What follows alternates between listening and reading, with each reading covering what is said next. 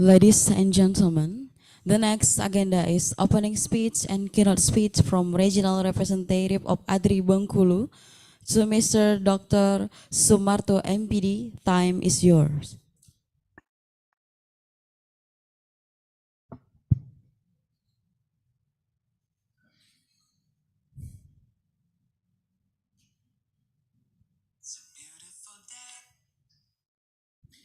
Bismillahirrahmanirrahim. Assalamualaikum warahmatullahi wabarakatuh. Alhamdulillahirabbil alamin. Allahumma salli ala Sayyidina Muhammad wa ala ali Sayyidina Muhammad. The first, let us pray to our God, Allah Subhanahu wa Ta'ala, and say salawat to our Prophet Muhammad sallallahu alaihi wasallam. Allahumma salli ala Sayyidina Muhammad wa ala ali Sayyidina Muhammad. The Honorable Professor Dr. Haji Ahmad Fatoni Rodli, MPD, the Honorable Dr. Andi Mursidi, MSI, and then keynote speaker today, international seminar. Please welcome Dr. Raven Tiran Vivekanantarasa from Sri Lanka, lecturer, the Open University of Sri Lanka. And the next keynote speaker, Dr. Mona Taman from Egypt, international certificate lecturer and trainer. And then keynote speaker, Mr. Ilham Dwitama Haiba, MA from University Sultan Syarif Ali, Brunei Darussalam, and special from Philippines, and then 100 students from Philippines, Dr. Bong Borero Lumabau. Thank you, sir, from Philippines. Thank you. International seminar today. And then keynote speaker from Indonesia, Dr. Risna Nosanti from University Muhammadiyah Bengkulu, Dr. Citra Dewi from University De Hasan Bengkulu, and then Dr. Eka Apriani from IAIN Curup Bengkulu, and special the Honorable Rector University De Hasan Bengkulu. Today I want to ask you about international seminar topic today, the existence of higher education in creating skill and professional graduates capable of using technology and information, as well as building religiosity in Southeast Asia. I want to ask you about the existence of higher education from three aspects. The first, public relation, and the second, competitiveness, and the last, quality assurance system. This paper confess about the existence of higher education through public relation, competitiveness, and quality assurance system. Higher education cannot develop. Education cannot develop and advance without these three factors.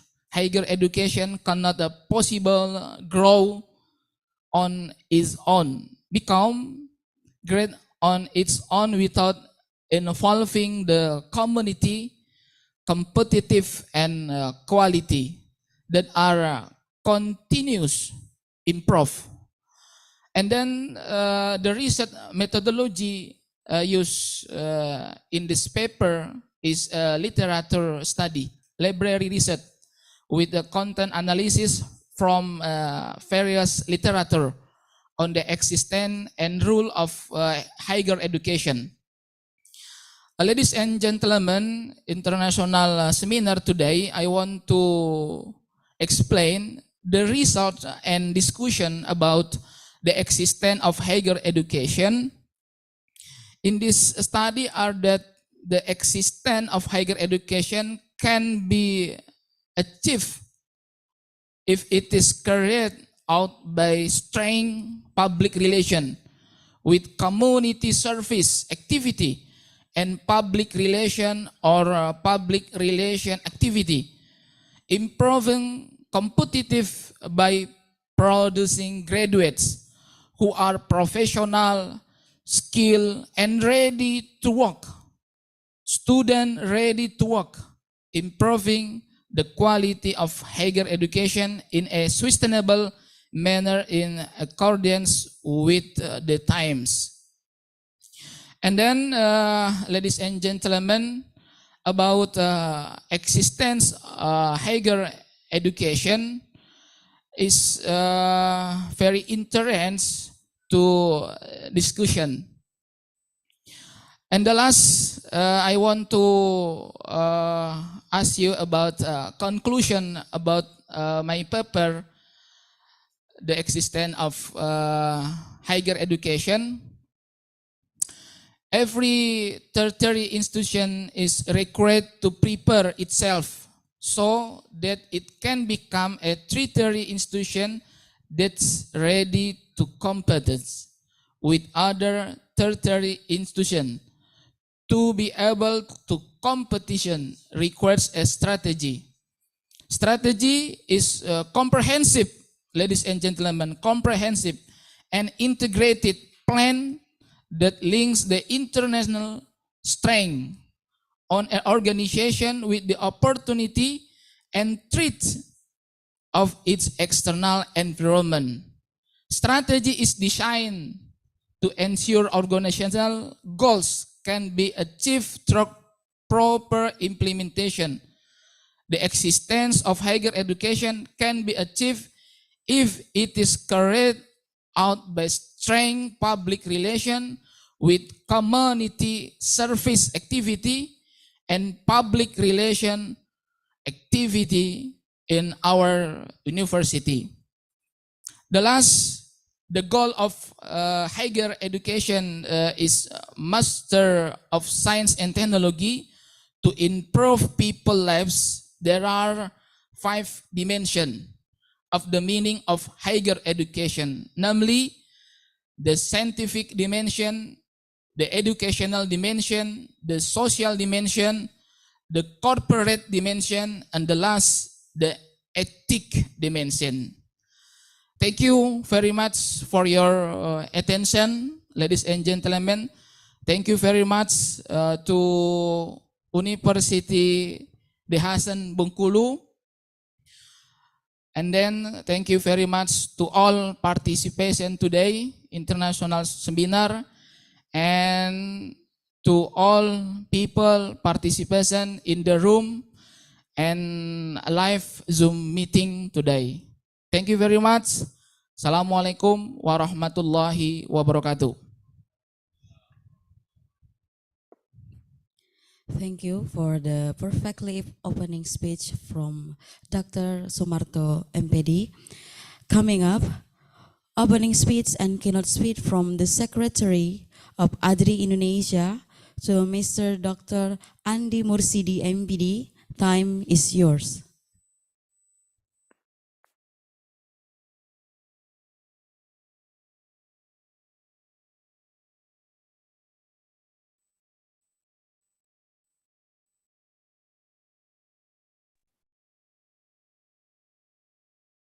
Good morning, everybody. Assalamualaikum warahmatullahi wabarakatuh.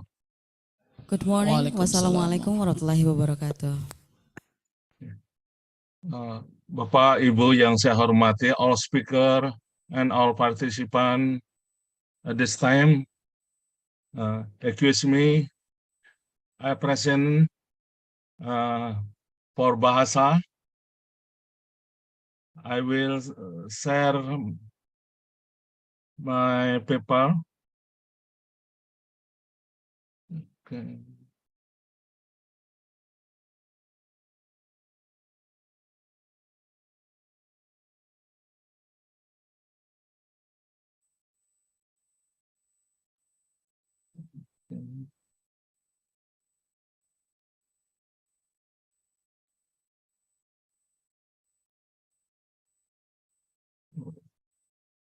Let's see.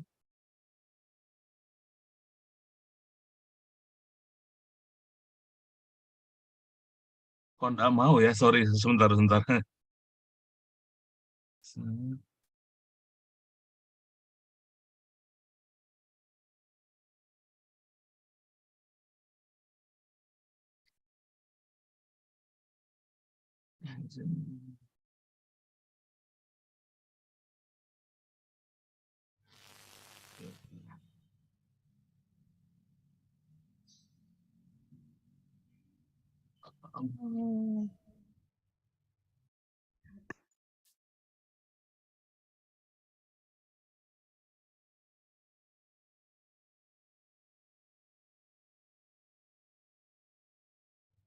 Bisa dibantu, Pak?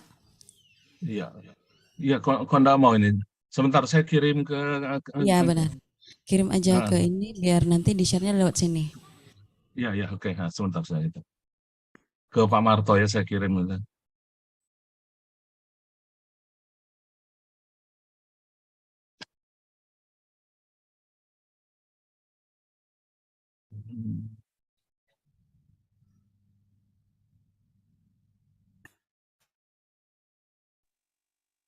Atau saya dulu Pak Andri?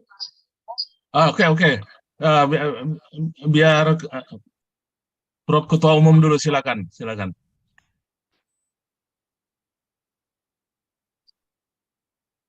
Presiden Adri silakan mungkin duluan. Ya. Oke. We going to the next agenda.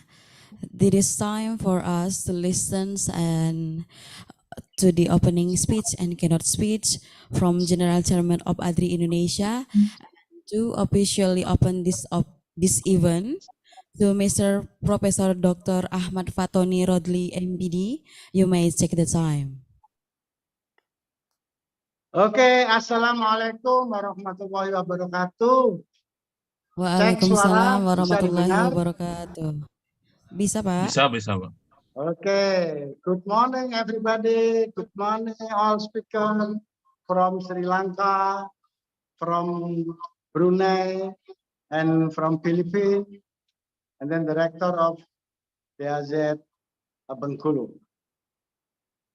Alhamdulillah wa syukurillah la haula wa la quwata illa billah.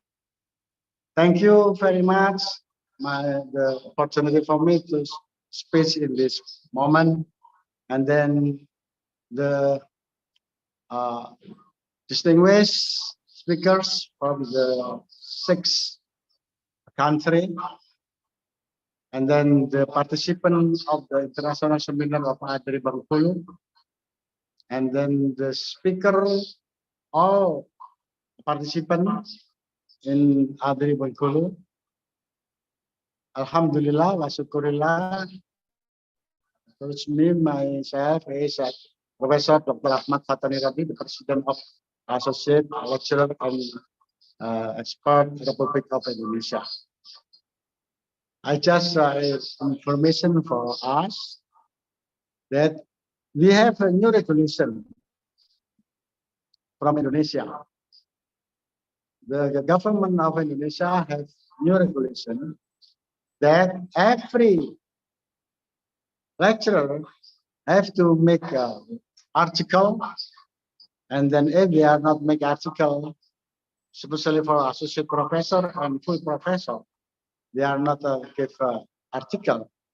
The fee of functional sertifikasi dosen, the fee, the penghargaan, honor of the associate professor and full professor not given by country, by government. And it doesn't make a confusion about lecturer, docent, especially for the lecture department or associate professor, because they very this very problem if they want to become a professor, to become a full professor, but if not prepare for the article, so they can receive the functional fee. So a lot of the full, no, no, a lot of associate professor want to become don't functional to become lector. So it is important for us. Then we have to help them. So what is our help? The first is it is a 6 country from Sri Lanka, from Philippines, Indonesia, and then Brunei, Australia. I suggest, I hope all the lecturers from the country, 5 countries, have, to become management in Adri International Journal. We have 26 international journal series Adri. There is a 26 science, every science, Islamic studies, management, Islamic, business, technical, etc., etc. We have a problem about the member of the implementation, member of management from the 4 states, from country, from the foreigner. So it is very important for us. And then I do all of us join to us at the international conference in 29 in the Mulawarna University Samarinda. It is a new capital, ya, ibu kota Nusantara, new capital of Nusantara, Republik Indonesia in Kalimantan Timur. And then we will prepare for that and declare but our new management of 26 Adri International Journal Series. And then it is the effect. What is the effect of that? If we have a publish about the international journal.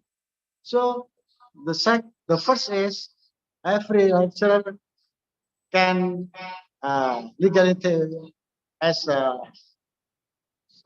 associate professor or full professor to become and to receive the fee of the budget, the fee of the functional.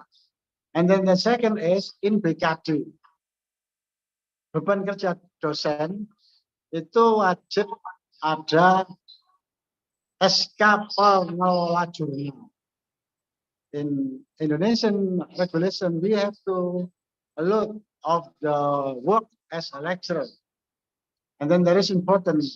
And then if we become to author, to reviewer, to become a management, to become a correspondency, or to become IT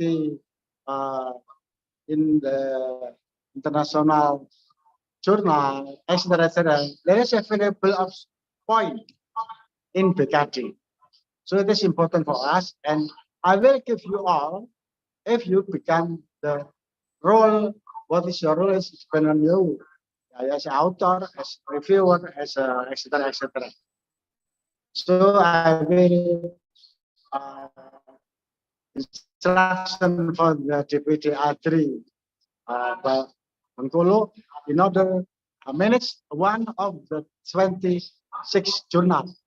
And then all of the members in the board of Adri Bengkulu, I will give you a SK or the document in order to become a point in BKD or to improving the jabatan fungsional. And then all of activity in Bengkulu, it is very good. Yeah, I support it and I salute to the Prof. Sumarto, Dr. Sumarto. You are young, still young, but very coordinated around Bengkulu around Indonesia and improving around in Asia. Okay, thank you for your activity, and I do hope God will give us a success. And remember, I have science. It is my profession, my tacit unit knowledge is suddenly successful management. Management tiba-tiba. So all of the activity in management education, higher education, there is the important one is decision maker. Decision maker have to base not only by vision in long planning, either planning, operational planning, but the important is the suddenly management. So there is, we have the decision with the suddenly, but 50% the suddenly become of us and 50% become of God. So we have to more linear or more close with God in order all of our program, all of our preparing and all of our target will be success. Thank you. See you for us. And I do hope all of you participants to become the participant too in my journal publication. Thank you. Assalamualaikum warahmatullahi wabarakatuh. Good afternoon Waalaikumsalam and warahmatullahi God bless wabarakatuh. us. Okay, thank you so much to Mr. Professor Dr. Ahmad Fatoni Rodli, MPD. There is so much knowledge we can learn from that. So we going to another agenda. It is time to ask for a listening speech from Vice Rector for University of. Okay, I'm sorry. The next agenda is opening speech and keynote speech from the Secretary of Adri Indonesia to Mr. Dr. Andi Mursidi, MPD. Times is yours. Oke, baik, ladies and gentlemen, all participants this MENA International Conference. Saya akan melanjutkan untuk yang terkait dengan presentasi pada pagi hari ini. Saya akan menggunakan bahasa Indonesia. Share screen saya sudah terlihat, Bapak Ibu? Ya, oke.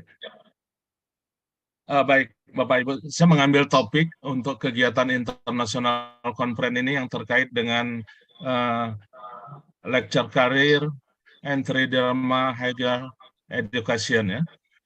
Karir dosen dan tridharma di perguruan tinggi, tapi saya akan lebih fokus kepada best practice yang sudah kami lakukan selama ini ya. Jadi aspek-aspek best practice yang terkait bagaimana mengelola perguruan tinggi ini yang coba saya angkat di sini.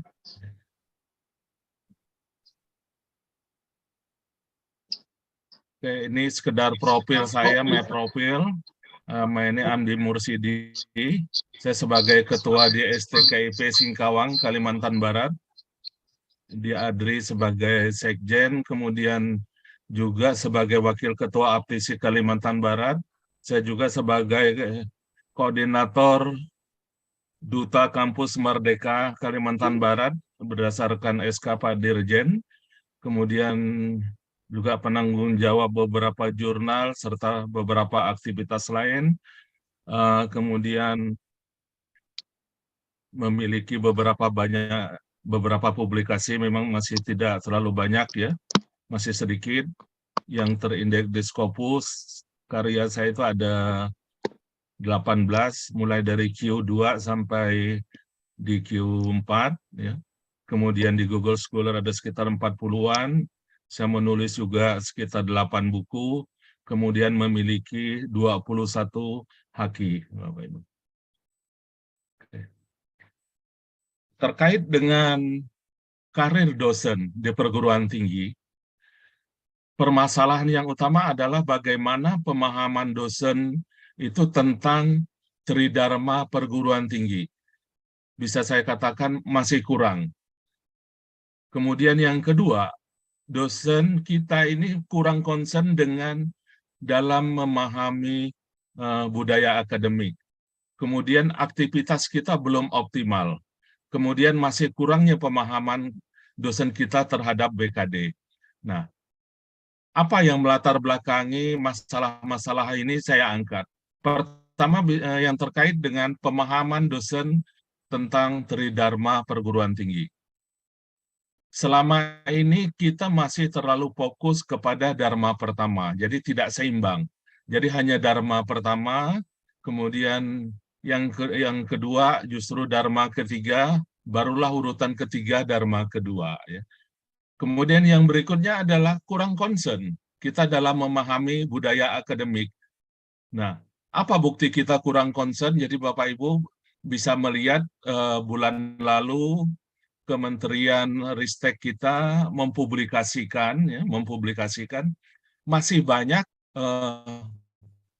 dosen-dosen kita yang publikasi akademiknya, penelitiannya itu yang dalam tanda petik saya katakan main tembak, ya main tembak. Jadi bukan karya kita sendiri, bahkan di web Adri pernah disebarkan slot-slot, ya. Ada suatu paper, kemudian kalau mau masuk di slot 3 bayarnya sekian, masuk slot 4 bayarnya sekian, masuk slot 1 bayarnya sekian. Nah, ini indikasi bahwa kita ini kurang concern dengan budaya akademik, jadi kita mau yang praktis.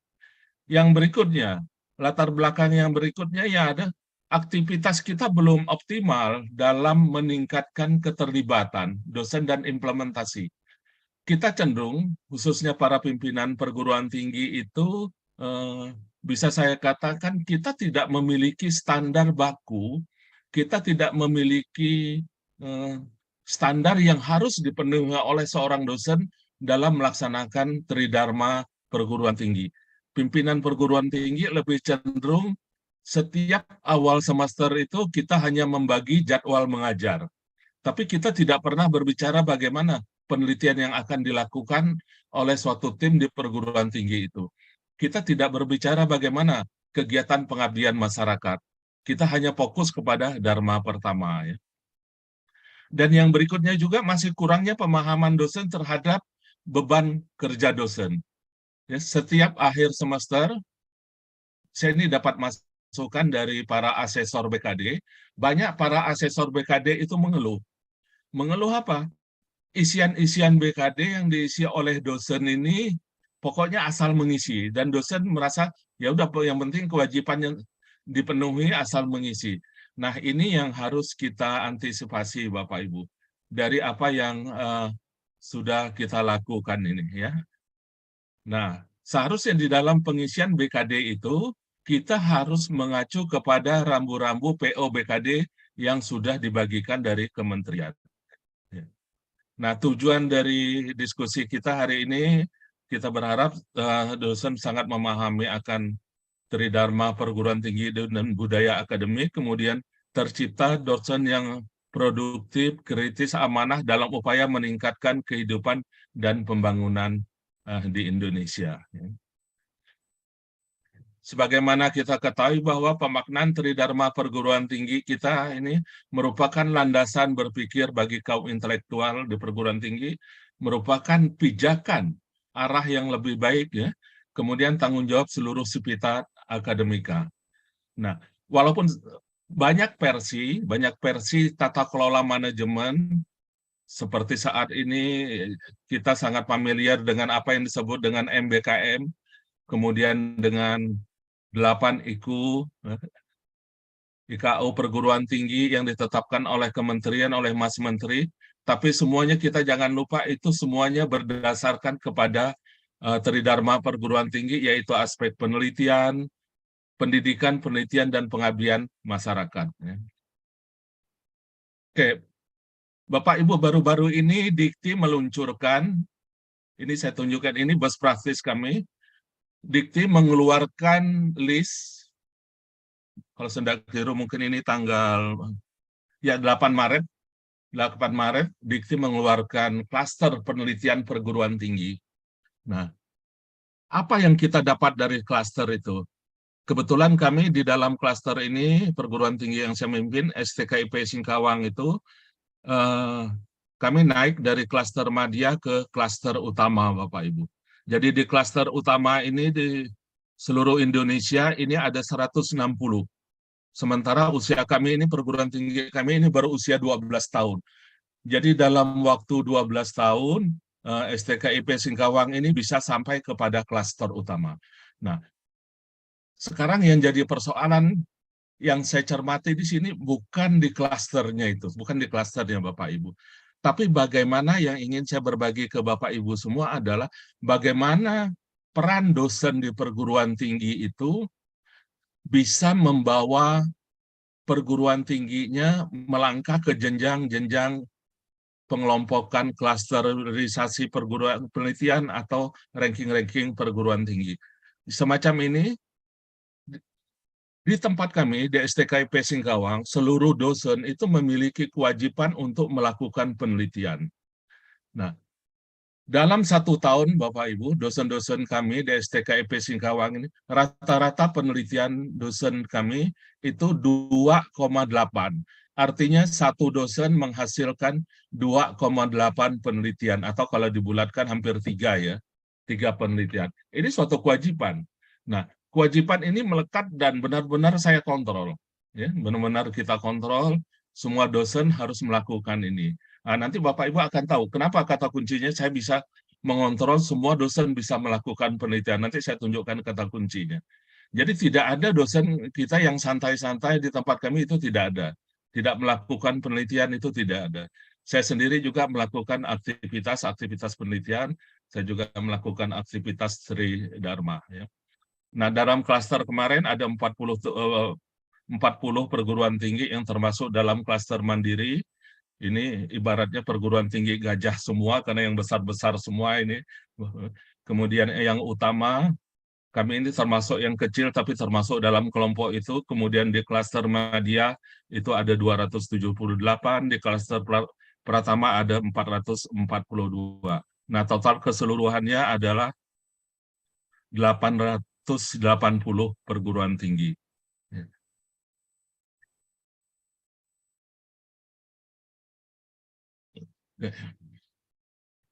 Di sisi lain juga, aktivitas tridharma perguruan tinggi yang dilakukan oleh perguruan tinggi, yang kita sebenarnya tidak tahu, jujur kita tidak tahu, kita itu dinilai oleh pihak luar. Pihak luar, salah satu pihak yang menilai kita itu banyak sebenarnya perankingan lembaga-lembaga, perankingan perguruan tinggi, yaitu salah satunya ada yang terkait dengan yang berafiliasi dengan Scientific Index ya. Nah, ini barusan melakukan perankingan pada bulan Januari. Di dalam perankingan World Scientist and University Ranking 2023 ya, Januari kemarin, ya, perguruan tinggi kami masuk di dalam perankingan ini. Dan kita bisa cek semuanya dengan mengacu kepada website ini. Bapak Ibu bisa ngecek apakah perguruan tinggi Bapak Ibu itu masuk dalam ranking atau mendapat penilaian dari perankingan perguruan tinggi ini. Juga Bapak Ibu bisa ngecek apakah Bapak Ibu itu termasuk ke dalam kelompok World Scientist ini. Ya, kita bisa ngecek ada tidak nama kita.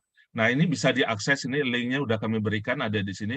Kalau ini hanya link yang terkait dengan STKIP Singkawang, tapi dipotong STKIP ini bisa ngambil kepada Scientific Index ini, Bapak Ibu bisa ngecek apakah Bapak Ibu itu ada nama-namanya di sana.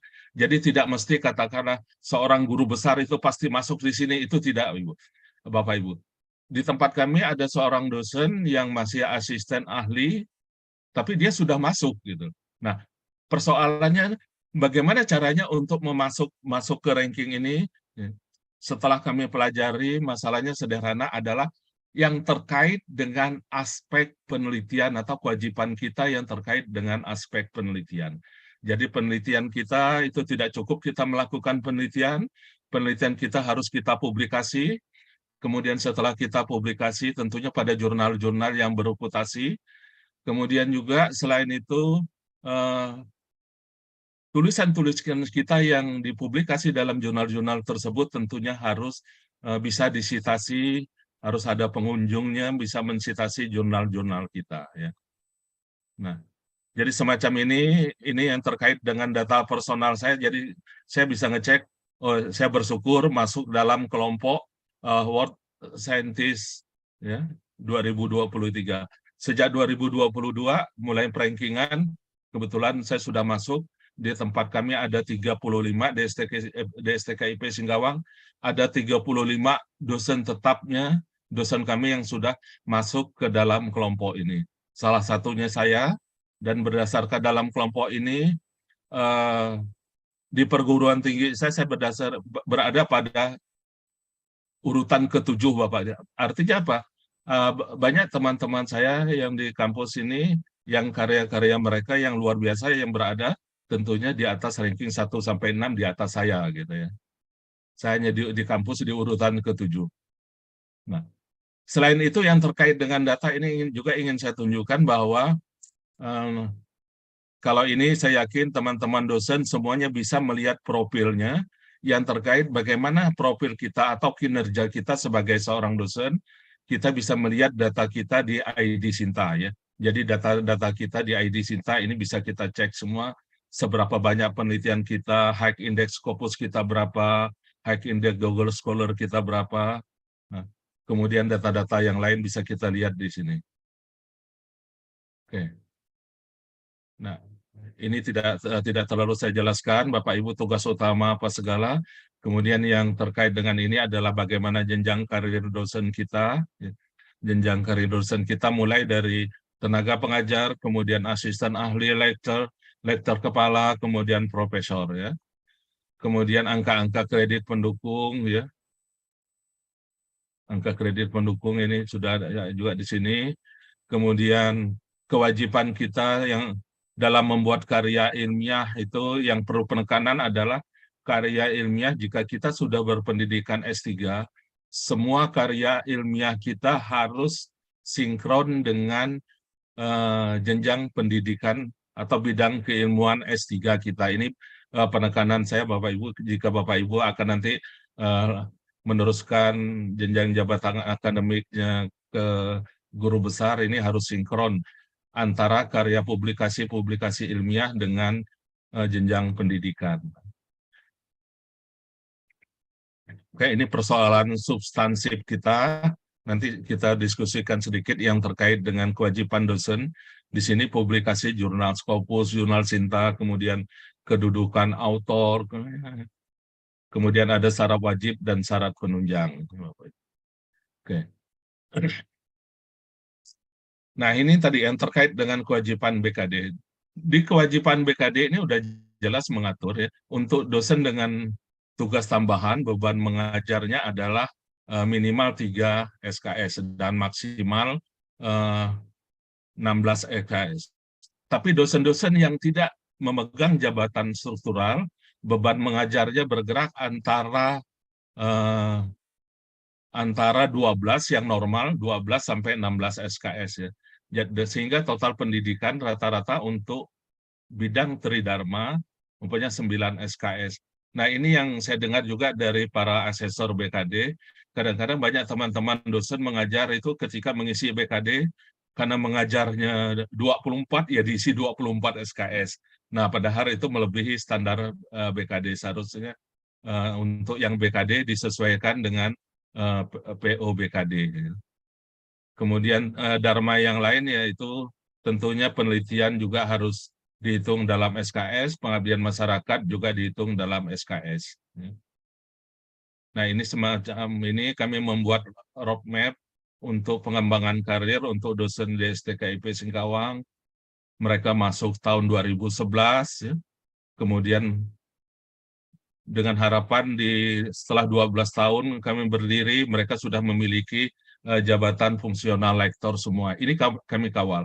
Sehingga pada usia 33 tahun rata-rata teman-teman dosen di STKIP Singkawang ini sudah memiliki jabatan fungsional lektor.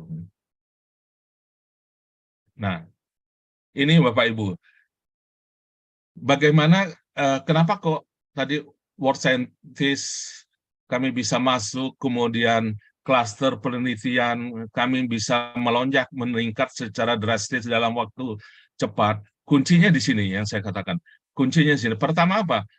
Seluruh dosen tetap itu sudah memiliki jabatan fungsional akademik. Ya, seluruh dosen tetap. Sudah.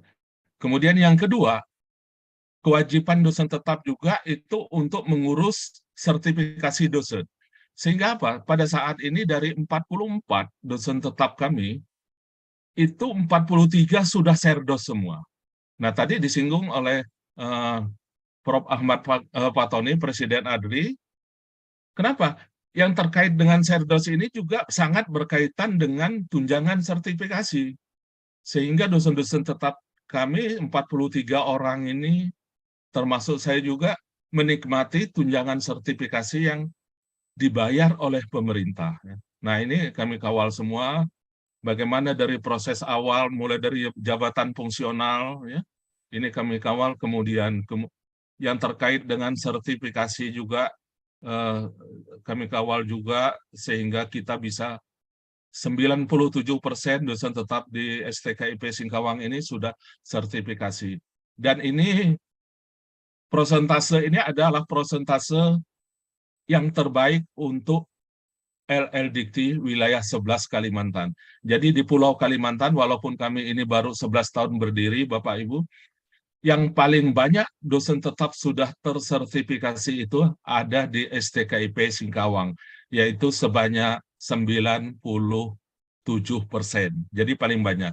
Nah, satu orang ini barusan, ini kan eligible pada tahun 2023, ini memang dosen baru, yang satu orang baru eligible, dan insya Allah juga data TOEP-nya yang bersangkutan sudah lolos, karena biasanya yang hambatan utama untuk sertifikasi atau ada yang terkait dengan tes TOEP-nya, kalau TKDA-nya sudah tidak, saya rasa tidak terlalu problem juga. Nah, ini sudah kami lakukan, tinggal satu ini aja, tinggal pelaksanaan yang satu dosen ini, mudah-mudahan 2023 ini semua dosen tetap kami itu sudah tersertifikasi. Nah, saat ini eh, pada saat 2011, saat kami berdiri, Bapak Ibu, dosen-dosen sesuai dengan aturan pada saat itu, rata-rata itu masih S1, kemudian di S2 kan oleh Mohon maaf Pak, STKIP waktunya Singkawang. bisa disingkat Pak, Oke, karena ini ya. Oke. Nah, ini. Yang berikutnya ini Bapak Ibu dalam POBKD, ya, ini yang terkait dengan kewajiban. Nah, ini yang banyak jadi persoalan karena tiba-tiba ada kewajiban bagaimana seorang dosen untuk publikasi di jurnal Sinta 2, kemudian di jurnal Sinta, banyak kita terkejut karena selama ini publikasi kita tidak fokus dalam memilih jurnal, yang penting publikasi, bahkan saya banyak juga dihubungi teman-teman. Oke, ini yang beberapa hal yang dapat saya sampaikan secara praktis, berikutnya nanti mungkin kita bisa diskusi. Oke, terima kasih, saya kembalikan ke moderator atau pembawa acara, terima kasih. Thank you for all participant. Assalamualaikum warahmatullahi wabarakatuh. Waalaikumsalam warahmatullahi wabarakatuh. Thank you to Mr. Andi Mursidi. Okay.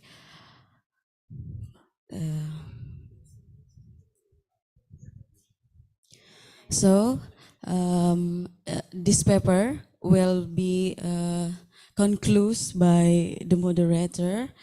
So I hope the moderator can give a clear explanations about the paper from Mr. Andi Mursidi. To Mr. Danu Aryo Putra, you may check the time.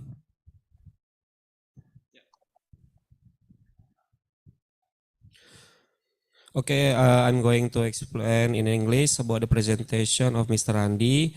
Actually, the summary is about obligation as a lecturer. There are problems in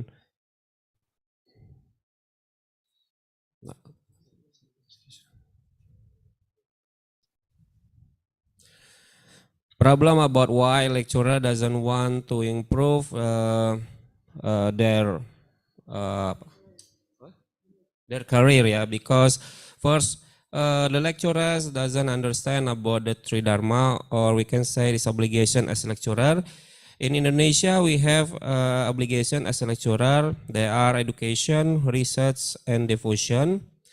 And the lecturer has a concern, yeah, about the academics, and the activity has a maximum, yeah, to increase the lecturers participants in implementing the lecturers obligations, and there's still a lack of understanding by lecturers about the obligation as a lecturer.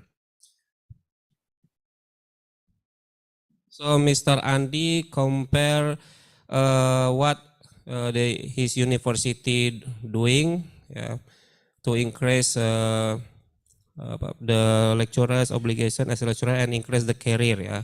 For example, preparing the roadmap career, yeah, for lecturers at STK IPA Singkawang, and also he mentions about the conditions of the lecturers at his university, and I think that's all the short summary about Mr. Andi's presentation. Thank you.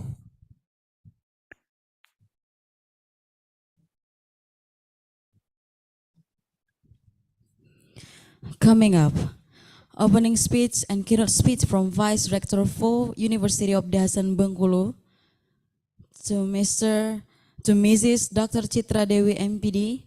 You may check the time. Cek. Oke, Assalamualaikum warahmatullahi wabarakatuh. Waalaikumsalam. Thank you very much for the time. The Honorable of General Chairman of Association of Expert and Lecturers of the Republic Indonesia, Adri Professor Dr. Ahmad Fatoni Rodli, Magister of Education, Secretary of Adri Indonesia, Dr. Andi Mursidi, Magister of Education, and the Honorable Regional of Representative of Adri Bengkulu, Dr. Sumarto, Magister of Education, and the Honorable of the third Vice Rector of Dahasan University Bengkulu, Mr. Yode Arliando MCom, and all of the speakers are joining in this seminar, and all the member of organizing committee. Thank you very much for the chance, and I represent from our rector of Dahasan University. Dahasan University really proud become hosted of this seminar because we are the first this is the first time for Dahasan University become the host of international seminar from Adri. Thank you very much for Dr. Sumarto, Magister of Education, that have give us the trust and the chance for giving the best services to all the participants. Actually, this event will come true because of collaboration. That's why the collaboration in higher education become the most important things to increase the quality of our institution. And of course, to build the existence of the three dharma of perguruan tinggi or higher education. So I will talking about, in my presentation, I will talking about the miracle of collaboration. Okay. The miracle of collaboration. What are the collaboration means? There are three definitions of the collaboration. Collaboration is a natural act among the consenting adults. And collaboration is an entity recognized no one can success without others. Each has unique capabilities others need.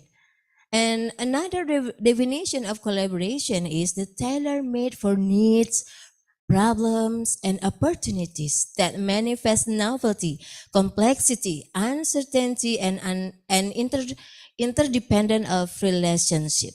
Next. So we are talking about the cooperative versus collaborative. What are the differences about that? The partners, cooperative is partners using a cooperative strategy to work together to meet their individual goals. But the collaborative, the partners, using a collaborative strategy to establish the common goals and agree to their personal and institution power to achieve them. So they are the strength of the differences between cooperative and collaborative. If the cooperative is to meet their individual goals, while in collaborative, to establish common goals and agree to their personal and institutional power to achieve them. Next, what about the key of the collaboration? Yeah. In collaboration, right people at the table, of course. Trusting relationship. So without the trust, this event will not be held. Yeah. So it is the first, the most important thing to trust each other, to trusting in each institution. The next key of the collaboration is open communication. Well, thank you very much for the 100 students from Philippines that are joining from this seminar international. It's a really appreciate. I really appreciate about this. Thank you very much. And maybe another student from Sri Lanka or Brunei Darussalam will join this seminar international. It's indicated that the communication is important things. And the next, the key of the collaboration is jointly define the result, share the data, effective leadership, and share decision making, share power and authority. Okay, we are talking about what common collaboration in higher education. In Indonesia or maybe in another country, the research is the main point to collaborate in each institution. Maybe the lecturer from the Hasan University can collaborate to the lecturer from the Philippines or the Brunei Darussalam. We are going to join research to make something, to analyze something and to find something, to give the information, new knowledge from us to all of student or lecturer in higher education. And it could be education or teaching and learning process. We are can be the student exchange, yeah, from Philippines or Indonesia. Yeah, we are really hope that you will, yeah, the student from Philippines, maybe you will come to Indonesia and join with us, yeah. How the teaching and learning process in Indonesia. And the next is community outreach or governmental agency. And the last is the private enterprise. Okay. Collaboration logistics is from close by to far away.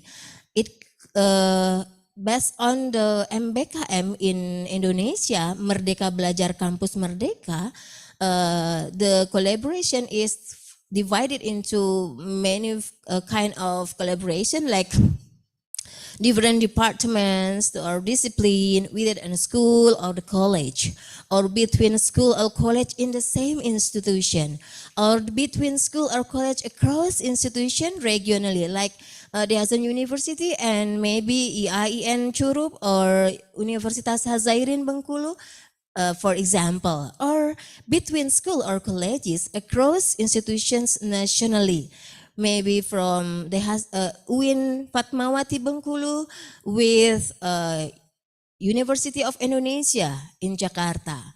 Between school or colleges across institution internationally. Nah, this is the main point, yeah, Mr. Sumarto. Yeah. What about if student in Filipina and student in Indonesia, especially in Bengkulu, we can student exchange, yeah, make it the student exchange program or another program.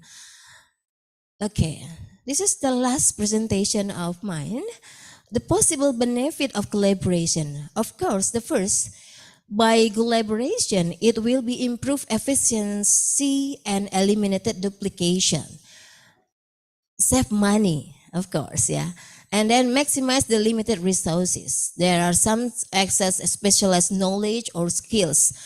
Some knowledge in other country will take by some students in this university in Indonesia. access specialized equipment, software, yeah, curriculum exchange, and another potential that can be collaboration. So I think the collaboration is very needed in each higher education, in locally, nationally, or international. So I think that's all for my presentation. Thank you very much. Assalamualaikum warahmatullahi wabarakatuh. Waalaikumsalam warahmatullahi wabarakatuh. Okay, I would like to say we do have maybe someday or after this we can make a collaborations, right? Maybe in how process learning and teaching in Indonesia, and also the academic culture on Indonesia. So we are going to the last ceremony of opening ceremony. This is the finally of the ceremony, opening ceremony, perfectly done. If I have some mistake, pardon me. Now we will jump to the international seminar and will be guided by the moderator. Before that, allow me to read the CP of our moderator. Name Danu Aryo Putra.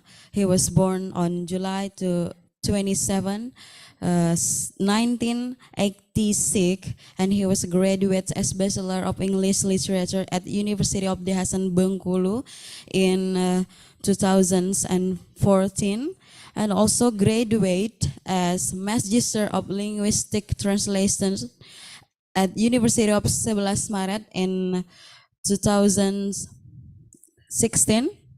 Now he was work as active lectures in English literature program study and active as a translator and also listen sit tour guide. So please welcome Mr. Danu Aryo Putra, Magister Humanora. Time is yours.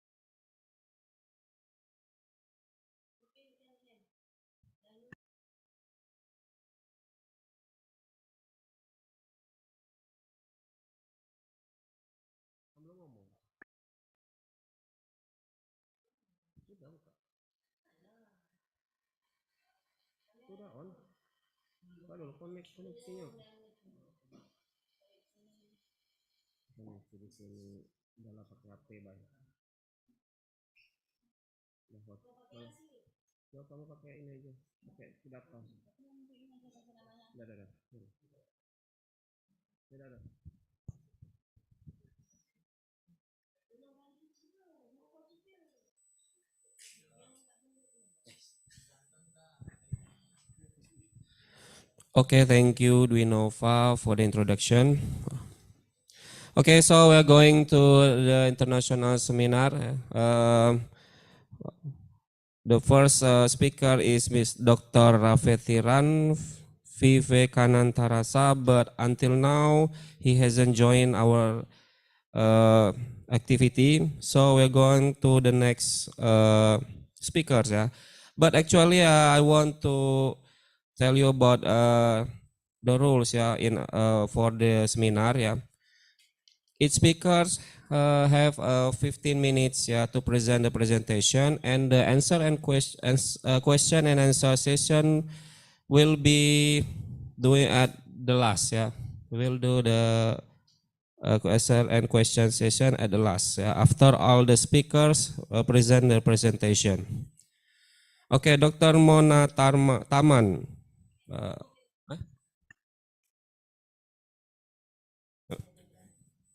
okay, I'm sorry. I'm sorry.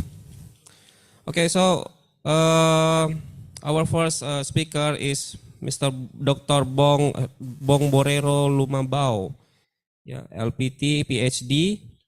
I'm going to read about the curriculum vitae. Maybe. Okay, President and CEO of ILMO Incorporation, national and international consultant, educator, events and program director, researcher, linguist, motivational speaker, skill development training expert, and an entrepreneur. Affiliated to some professional affiliations, which include Eurasia International Research Association, Teaching English to Speakers to Other Languages, or TESOL, and Linguistic Society of Mindanao, or LSM, to name some. A member of Rotary Club International, Cotabato East, Junior Chamber International, Cotabato, Muslim Chamber of Commerce and Industry of Kutawato, Young Centrist Union, Cotabato, and National Cultural Heritage Mapper. Graduate from Doctor of Philosophy in Applied Linguistics at University of Mindanao, Professional Schools in 2017, Master of Arts in English Language Teaching at MSU Maguindanao Graduate School in 2013, and Bachelor of Secondary Education major in English at Notre Dame University in 2010. He completed national and international training courses on teaching English to speakers to other languages, international training series on trend in education. His research papers have been presented to national and international research conferences on education, language, literature, and linguistics. At present, he is the founding president and CEO of ILMO Incorporated, Innovative Learning Management Operation Incorporated, a training service provider company on training facilitation, and many achievements that I cannot read one by one. So we just go on to the material. Please, Mr. Bong. You have 15 minutes, and I'm gonna tell you if the time is almost 5 minutes. Okay, so Assalamualaikum warahmatullahi wabarakatuh. Allahumma rabbi israh li sadri wa yassir li amri uqdatam min lisani yafqahu qawli. My courtesy and respect to all our international dignitaries, academicians, scholars, researchers, writers around the globe. Good morning, and I would like to extend my unfathomable gratitude to everyone. Terima kasih for inviting me, and of course, especially to my good friend Dr. Mutmaina of Indonesia and the rest of you now. Thank you so much for giving us time. And I would like also to recognize the school where I am teaching right now, the Jamiat Cotabato, with my powerful house cast students from Bachelor of Secondary Education major in English. So if you can see, a lot of them are actually joining right now, and it's really a must for them because they really want to have the exposure with the international people like you. And one of the things that struck them is the one that you said, Ma'am Sitra Dewi, when you said that there can be a possible partnership between Indonesia and Philippine students. So that is very, very fine. So hoping that we can have that in the near future. Okay, so once again, good day. My topic this morning is about the communication, and of course the relationship of communication and technology. Now we know for a certain that communication is the process of transferring information from one entity to another. It requires process, system, and of course, there is a total package to sender and receiver relationship. Now, when I say communication, we need, of course, to follow the process. As we know, there should be sender, there should be the message, the channel, and of course, the receiver and the feedback. Now, this communication can be very, very powerful and understood by the receiver if there is, for example, the channel. The channel could be written or spoken. Of course, we cannot run away that the channel could be technology, like that. So the way that we are doing right now, without technology, I believe we cannot communicate with each other. Now, technology is very important because, as we know, it makes the bigger world smaller. As we do what we are doing right now, there is actually an extension mechanism of information and data from Philippines to Indonesia and even around the globe. So that's what makes the world smaller because of technology. Now, when we combine, for example, communication and technology, we form the ICT. information, communication, and technology. And when you talk about communication and technology, I know you are familiar with the word ICT, the information, communication, and technology. It is a combination of hardware, software that enable the society, regional, national, or international society to create, collect, consolidate, and communicate information in multimedia formats and various purposes. So I believe since we're talking about technology here, we have the programmers, and we know that when you talk about programmers, they use different kinds of computer languages, Java programming, C++, NetBeans mobile application. And the purpose of that is to have a very clear communication using that technology. Way back before, when we communicate to other people from one place to another, we need to use Telegram, right? And it takes several Jurassic period of time for us to really get to know with each other because of the time requirements to receive and send the messages. But look at now. Look at now. We are not able to travel to Indonesia, to Sri Lanka, to Brunei Darussalam, and other countries just to have these opportunities because of technology, right? Amazing. That's one of the greatest gifts of technology to human being. Next is, how is technology being integrated in higher education? You know what? Before, we know from this, we know from the fact that technology has its own advantage and disadvantage. The advantage, okay, in higher education, ICT, can be understood as application of digital equipment. You know, when I talk about digital equipment, we cannot run away from the idea that we are in the IR 4.0, Industrial Revolution 4.0. When I say Industrial Revolution 4.0, we are mandated, invaded by technological innovation, the programming, and all. Now, in the near future, there is actually a threat to manpower. Why? Because we will be experiencing robotics. It's AI, artificial intelligence, where some of the manpower people will be losing their job because robots will take charge of that. So I hope that the schools from higher education, I believe we can start it with a basic education, the senior high school, middle school, and higher education can prepare the students to that particular innovation. Whether we like it or not, that the word that does not change is the word that does not change is the word change, because it changes every now and then. So ironic. So whether we like it or not, we need to get out of our comfort zone and embrace this change that we are talking about. Okay, so be it in the teaching process, in the learning process. Nowadays, we know that youth are very empowered when it comes to technology, right? And if teachers, for example, will not upgrade themselves to this technological advancement, there is a process, there is actually a chance that they may be intimidated by the students who are actually good in technology. So there should be a check and balance. Teachers have to upgrade themselves about technology.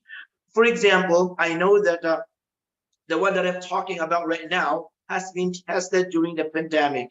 During the pandemic, there was a question: is the COVID-19 pandemic a pause or stop? When I say stop, we will stop everything, all the operations around the sectors, education, business, economy, economics, politics, and all. But it's not a stop. We should not stop. It's just a pause and think what can be done. And look at what happened. Because of pandemic, we are able to be introduced to webinars. We are able to introduce the virtual world. And in education, they have their what you call online classes or distance learning. And we are also introduced with what we call hybrid education, the modular, we have the limited face-to-face, and of course still the digitalization. So that is the beauty of technology. And I mean, that is the good thing that happened in the vice versa, the other way around of that pandemic. It is negative in a way, but in a positive side, it created us to become an innovative person, right? And especially in the Bangsamoro. By the way, I am a proud Iranu. I am a Bangsamoro. I'm from the Bangsamoro Autonomous Region in Muslim Mindanao. If you can come here, you will also see that Muslims here, Bangsamoro here, are also innovating. And Alhamdulillah, the people here are trying to go gradually to accept that technology. In fact, most of our students right now are so much, dealing with technology. When they go to when they enter in their classes, their phones are having the data, and if the teacher asks a question, they automatically research it on the Google Scholar, and all of those stuff. At the same time, in the Facebook, for example, we should use the technology as a means to get it. We need to take it as an advantage. When I see advantage, if we will not try to filter everything that we watch or read on the Facebook, it may create a catastrophic, excruciating effects to all of us. For example, if you try to scroll down the Facebook posts or news feeds, you will see some harsh, right? Harsh pranks, negative thoughts that may create depression, and of course, that may lower down our spirit as a person. But of course, if you are an intellectually mature person, there are a lot of sites which can actually help you. There are some TikTok videos about learning and teaching, and of course, collaboration. So we need to take technology as an advantage, not as a disadvantage. But after all, if a person goes to the different sites and use social media and other technological advancement into negative one, I think that is already that will come to moral obligation. So again, technology will only have its value if people put value on it. But if people will be responsible on using it in a proper way, I think technology can be very productive. Okay, now one of the good things also about integrating technology to education is that there were a lot of researches, okay, research that can help facilitate, okay, the students and the teachers. What do we mean by that? The information can be accessed around the globe. In just a matter of one click of a second, you can automatically see all the information needed. But of course, it takes an intestinal fortitude to have a common sense to check what is really the information needed.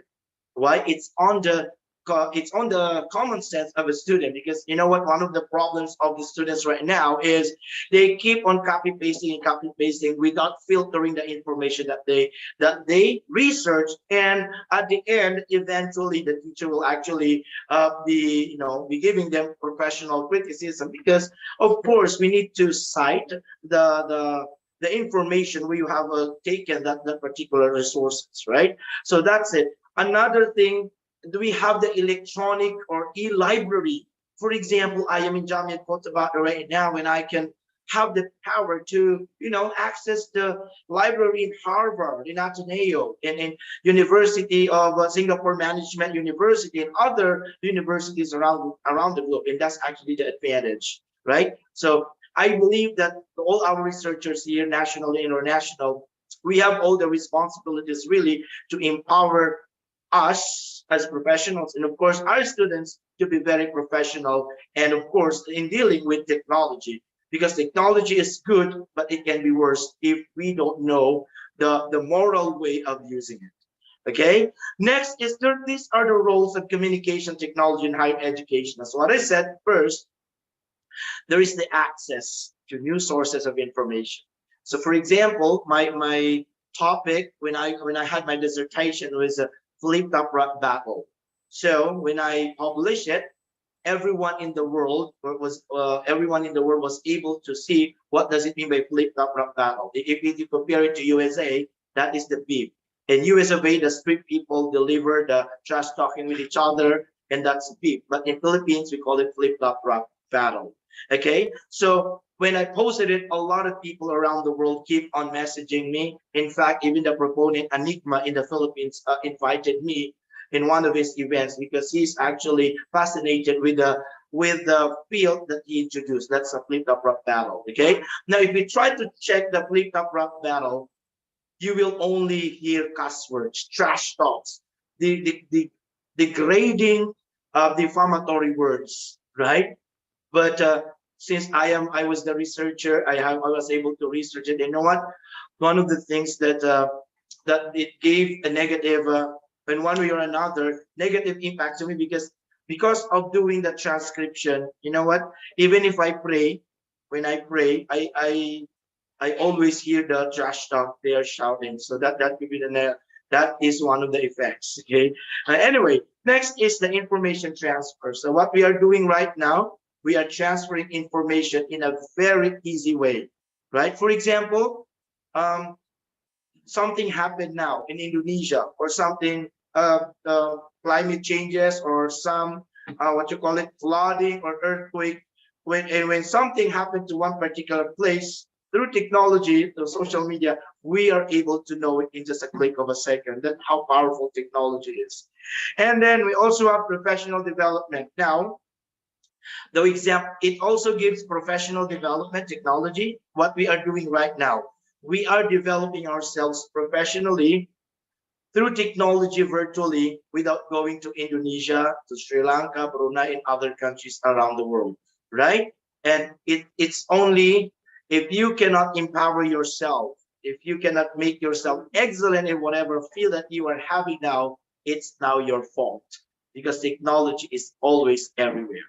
Now it is stated, um, it is mandated to human being to search for the truth. It's stated there, utlubul ilmu minal mahad ilal lahad. Seek knowledge from cradle to graveyard.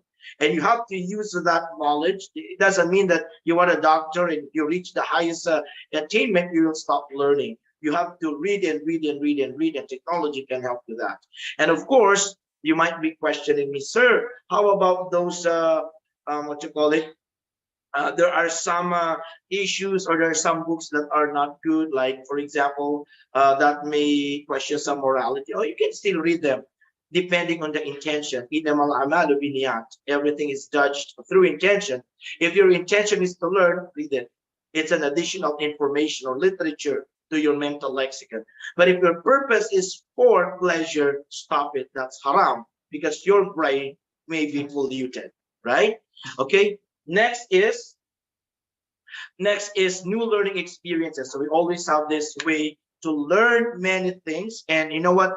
What is so surprising right now, can you imagine?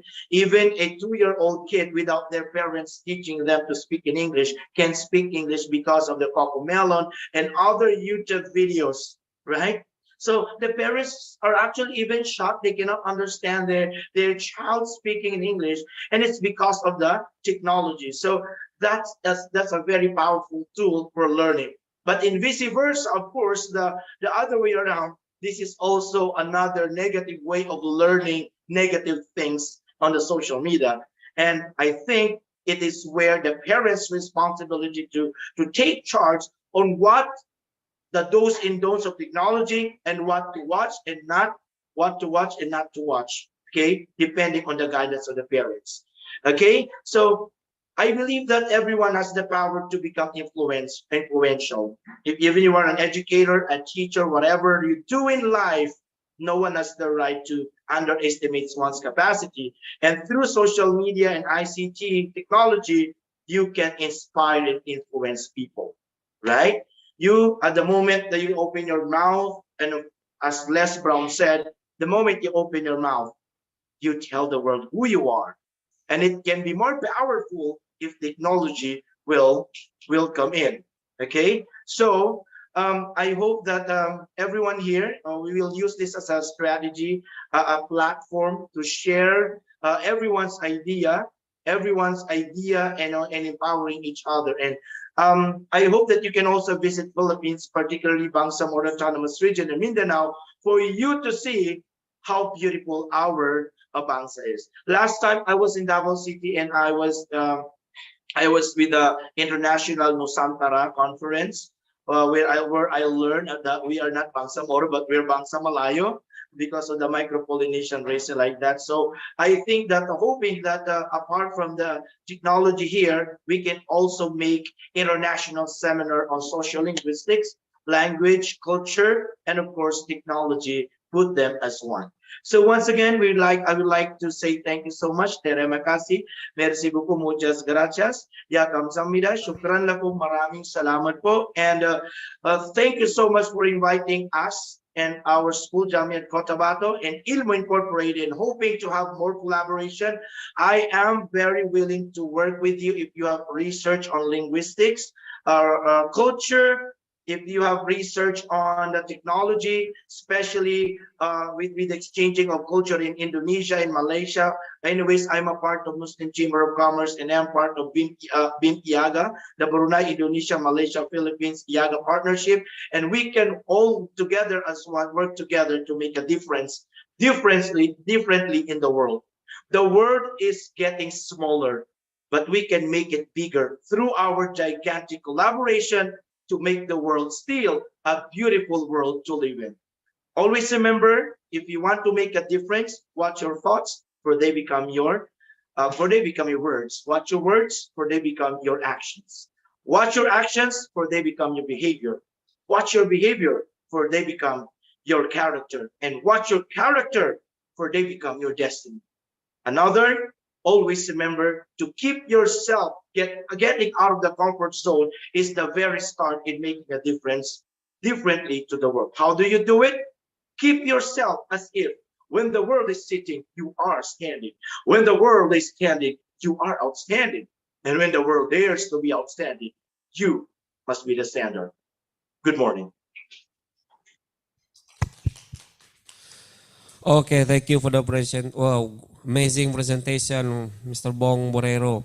As someone who likes technology like you, yeah, can't wait for your further presentation about ER classroom, yeah.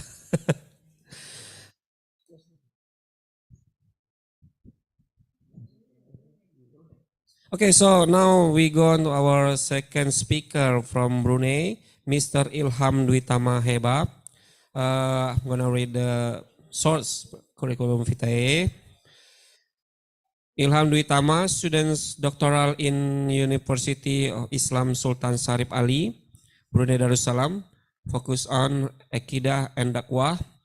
A chairman of Indonesia Student Association, Brunei Darussalam from 2018 until 2019. Vice President of Club Ilmuwan at Mazhab Syafi'i Research Center, UNISA 2021 and 2022. And the material is about Manhaj Dakwah Hashim Asyari. Okay, please, Mr. Ilham, the time is yours. Okay, bismillahirrahmanirrahim. Assalamualaikum warahmatullahi wabarakatuh.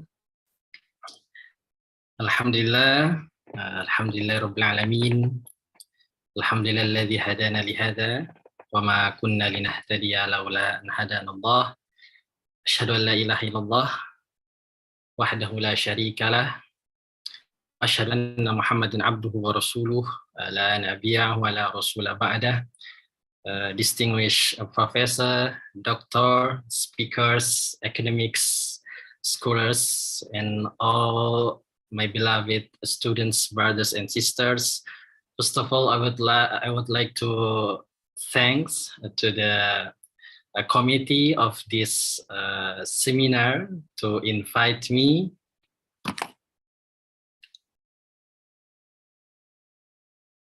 in this seminar.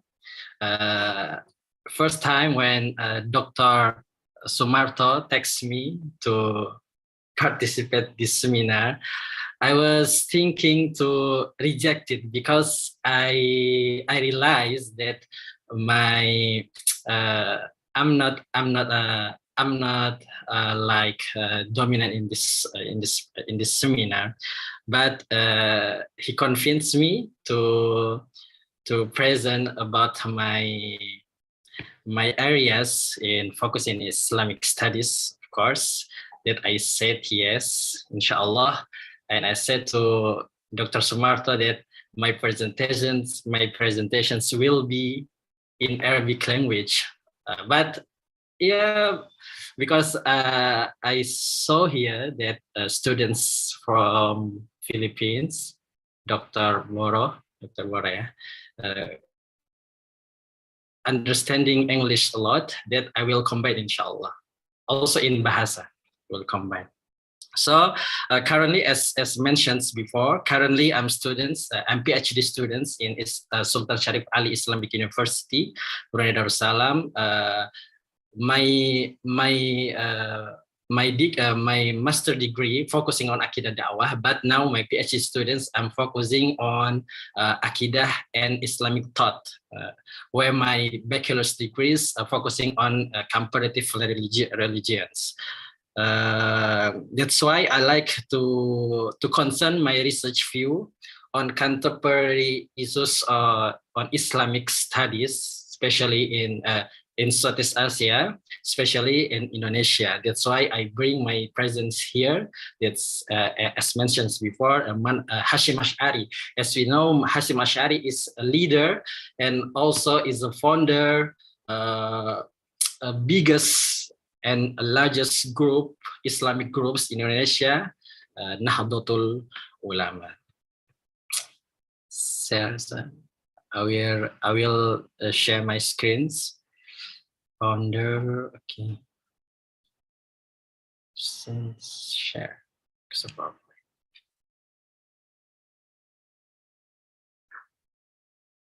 System.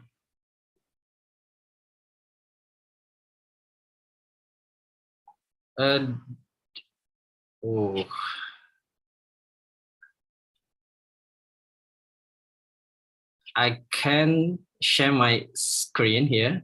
Dr. Sumarto, can you help me to share my screen? Yes.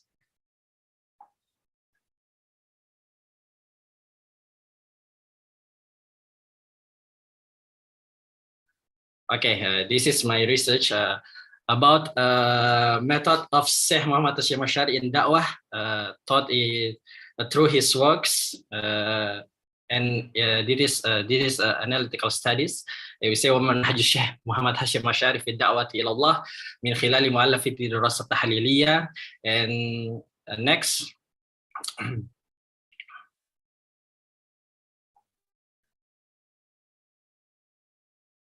Okay, for the first time, before we going to da'wah method, I always take the ayah surah Nahl. أستخدم دائما الآية سورة النحل 125 يعني عودوا إلى سبيل ربك بالحكمة والموعظة الحسنة وجادلهم بالتي هي أحسن إن ربك هو أعلم بمن ضل السبيل وأعلم بالمهتدين. From this ayah we can take three method of da'wah as mentioned in Quran. The first is da'wah by wisdom, and the second da'wah by good instructions, and the third da'wah by good argument, al-mujadalah al-hasana. And we know that the researchers الباحثون والمهتمين بالدراسة الإسلامية هذا يعني علموا بأن الدعوة هي واجب. الدعوة is obligations to the all people خاصة المسلمون لأنها من منهج الذي ترك سيدنا محمد صلى الله عليه وسلم. Next.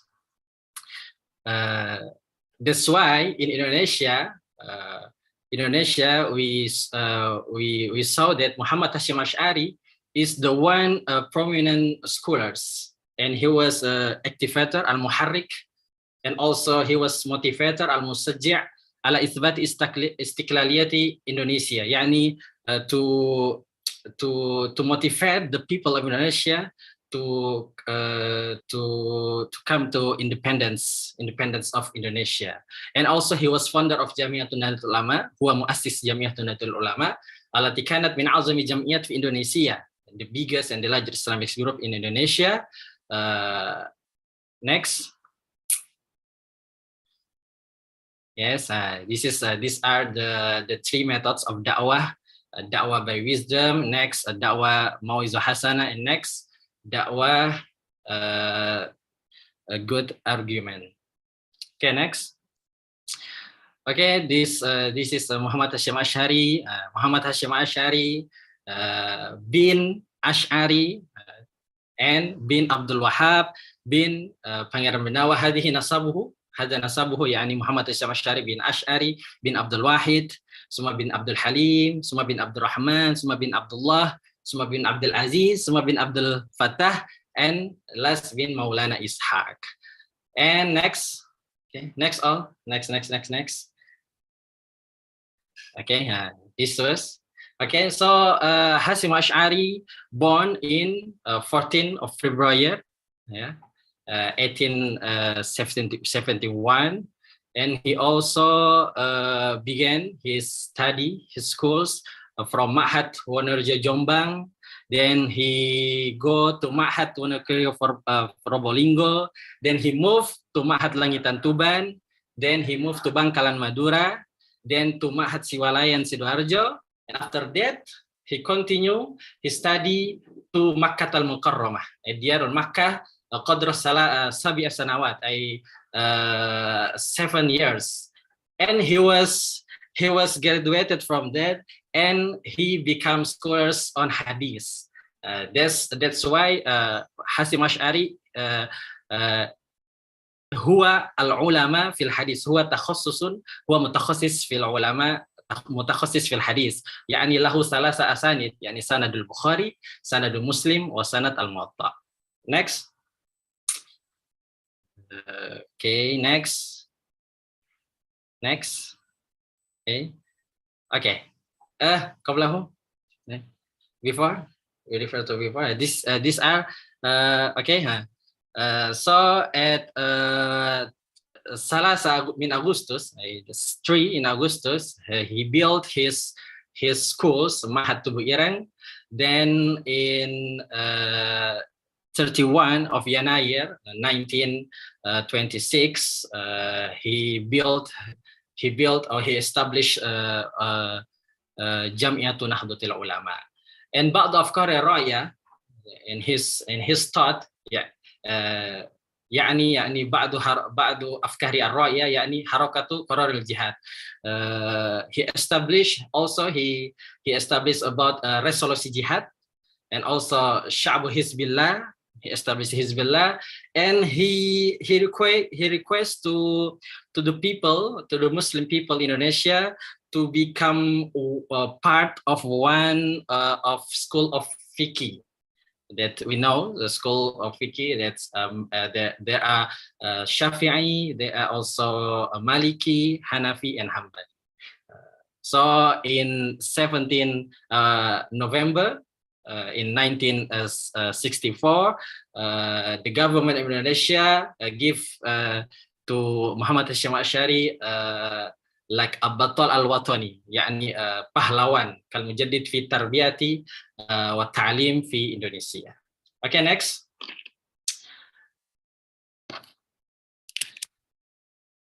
This is the book that I mentioned. ألف 19 كتابا في حياة جوانا المشكلة الواقعة في زمانه. So Muhammad Hasyim Ash'ari, through his life, he was working to writing the book, and these are the book that he write. Okay, next. Okay, next. Okay, next. So هنا يعني نستطيع أن نرى بأن موقف حشيم أشعري or his positions in دعوة إلى الله, we can find from 2 points of view. The first one from Nahya al-Ma'hadiyah, يعني من الناحية المعهدية, jadi dari sisi pondoknya, from his schools. And the second from Nahya Jam'iyah, yani from his organizations. We can see from Nahya Mahadiyah, we find that Muhammad Hasyim Ash'ari, he focused from this part to teach students how become a good in attitude, a good in anything, like al-adab, husnul khuluq, and qudwah hasanah. And in Jam'iyah Nahdlatul Ulama, from the Jam'iyah Nahdlatul Ulama, he motivated the Muslims to not follow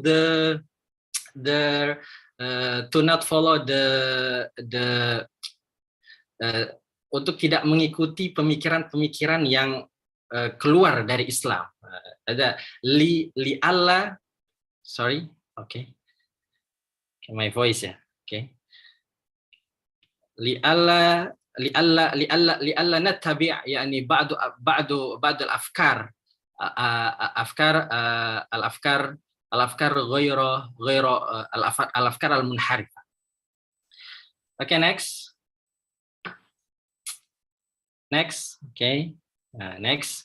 That's why in from Nahya Jam'iyah we find that Hashim Ash'ari motivate to the people to ad-difa' anil watan, untuk mempertahankan negara.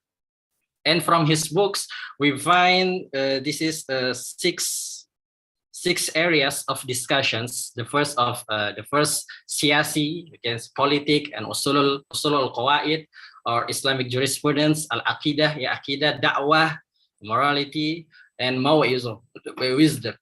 And from these areas, I found out three methods of Hashim Ash'ari. The first method is come from a scope morality and fiqh of wisdom, which furthers method of educations and teachings, and from scope of akidah, history and religious matters in society. He furthers is a result in adversary and critical methods, and the last from the scope of political organizations results in leadership methods. And I think mungkin hada syukran ala husni ihtimamikum wa afwan ala nuqsani bahsi. Assalamualaikum warahmatullahi wabarakatuh.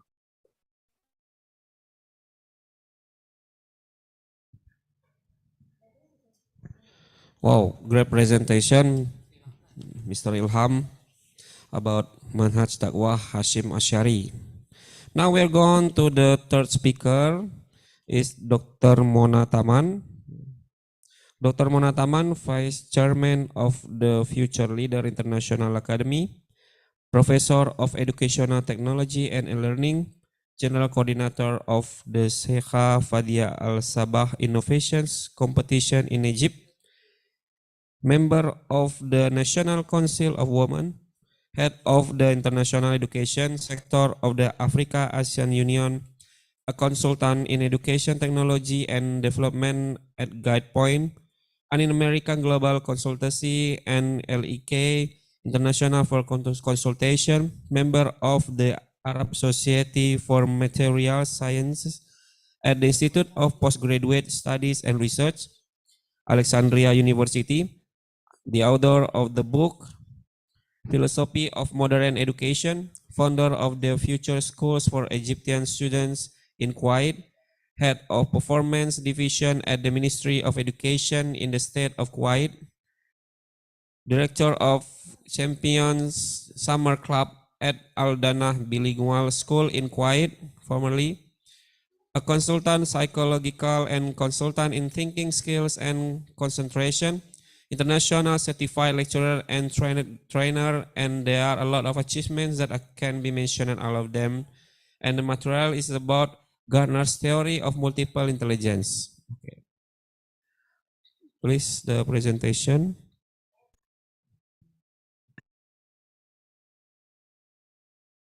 Hello, I am pleasure to be with you today. I'm Dr. Mona Taman from Egypt. Thank you for all the organizer for this conference. I am so happy to be with you today. I'm Dr. Mona Taman, Vice President of Future Leaders International Academy in Egypt and Kuwait, International Lecturer in Education Technology and AI Implementation.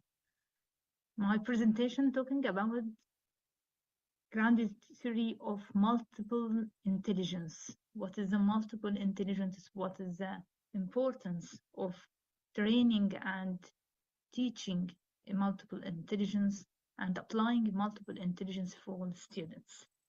First, what is the multiple intelligence? There is a lot of or many kinds of intelligence: visual, substantial, linguistic, verbal, interpersonal, interpersonal, and logical, mathematic, musical, bodily kinetics, and naturalistic. This is the types of intelligence or type of intelligence. Gender's theory of multiple intelligence. The concept of multiple intelligence is a theory proposed by Harvard psychology Howard Gardner. When you hear the word intelligence, the concept of IQ testing may immediately come to mind. Intelligence is often defined as our intellectual potential, something we are born with, something that can be measured, and a capacity that is difficult to change. In recent years, however, other views of intelligence have emerged, including general suggestions that multiple different types of intelligence may exist. Theory of multiple intelligence. This theory suggests that traditional mathematics view of intelligence are too limited. Gardner first outlines his theory in 1983 book Forms of Mind, the theory of multiple intelligence, where he suggested that all people have different kinds of intelligence. Gardner proposed that there are eight intelligences or eight types of intelligence, and has suggested that possible additional of ninth, known as existentialist intelligence. This is that new type of intelligence is existentialist intelligence. In order to capture the full range of ability and talent that people proposed, Gardner theories that people don't have just an intellectual capacity, but have many kinds of intelligence, including musical, interpersonal, spatial, visual, and linguistic intelligence. While a person might be practically strong in a specific area, such as musical intelligence, he or she most likely possesses a range of abilities. For example, an individual might be strong in verbal, musical, and naturalistic intelligence.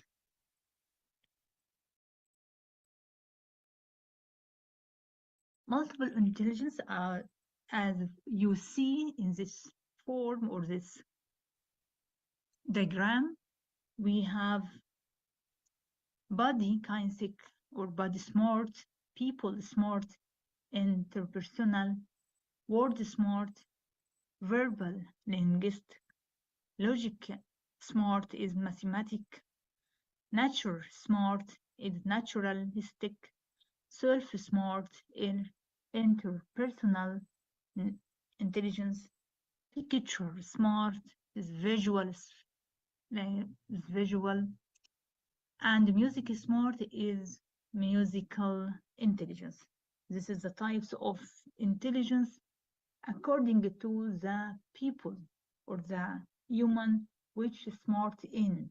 She's smart in body, smart in music, or smart in picture, or smart with interactive with people. This is the kind of his or her intelligence. As we see the pictures, this is a visual specialist intelligence. More people or a lot of people is visual specialist intelligence or student also. So people who are strong in visual, special intelligent are good at visualizing things.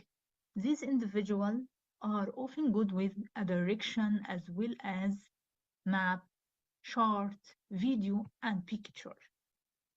Strengths in visual and spatial judgment, characteristics for visual specialist or visual intelligence is characteristic. People with visual spatial intelligence read and write for enjoyment, are good at putting puzzles together, interact picture, graph, and chart with, enjoy drawing, painting, and the visual art, recognize pattern easily. So this is the kind of intelligence, visual, spatial, or intelligence. This is the characteristics of these people. Potential career choices. Which career the visual or the people which visual intelligence be good in it? Choice for you are architect, artist, and engineer. The second type is linguistic verbal intelligence. What is the linguistic verbal intelligence? People who are strong in linguistic verbal intelligence are able to use words well, both when writing and speaking. These individuals are typically very good at writing stories, memorizing information, and reading. Strengthen words, language, and writing. Their characteristics are people with linguistic verbal intelligence, remember written and spoken information, enjoy reading and writing, debate or give previous speech, are able to explain things well, use humor when telling stories. This is the characteristics of potential of reading intelligence. Potential career, what is the career for they can choose?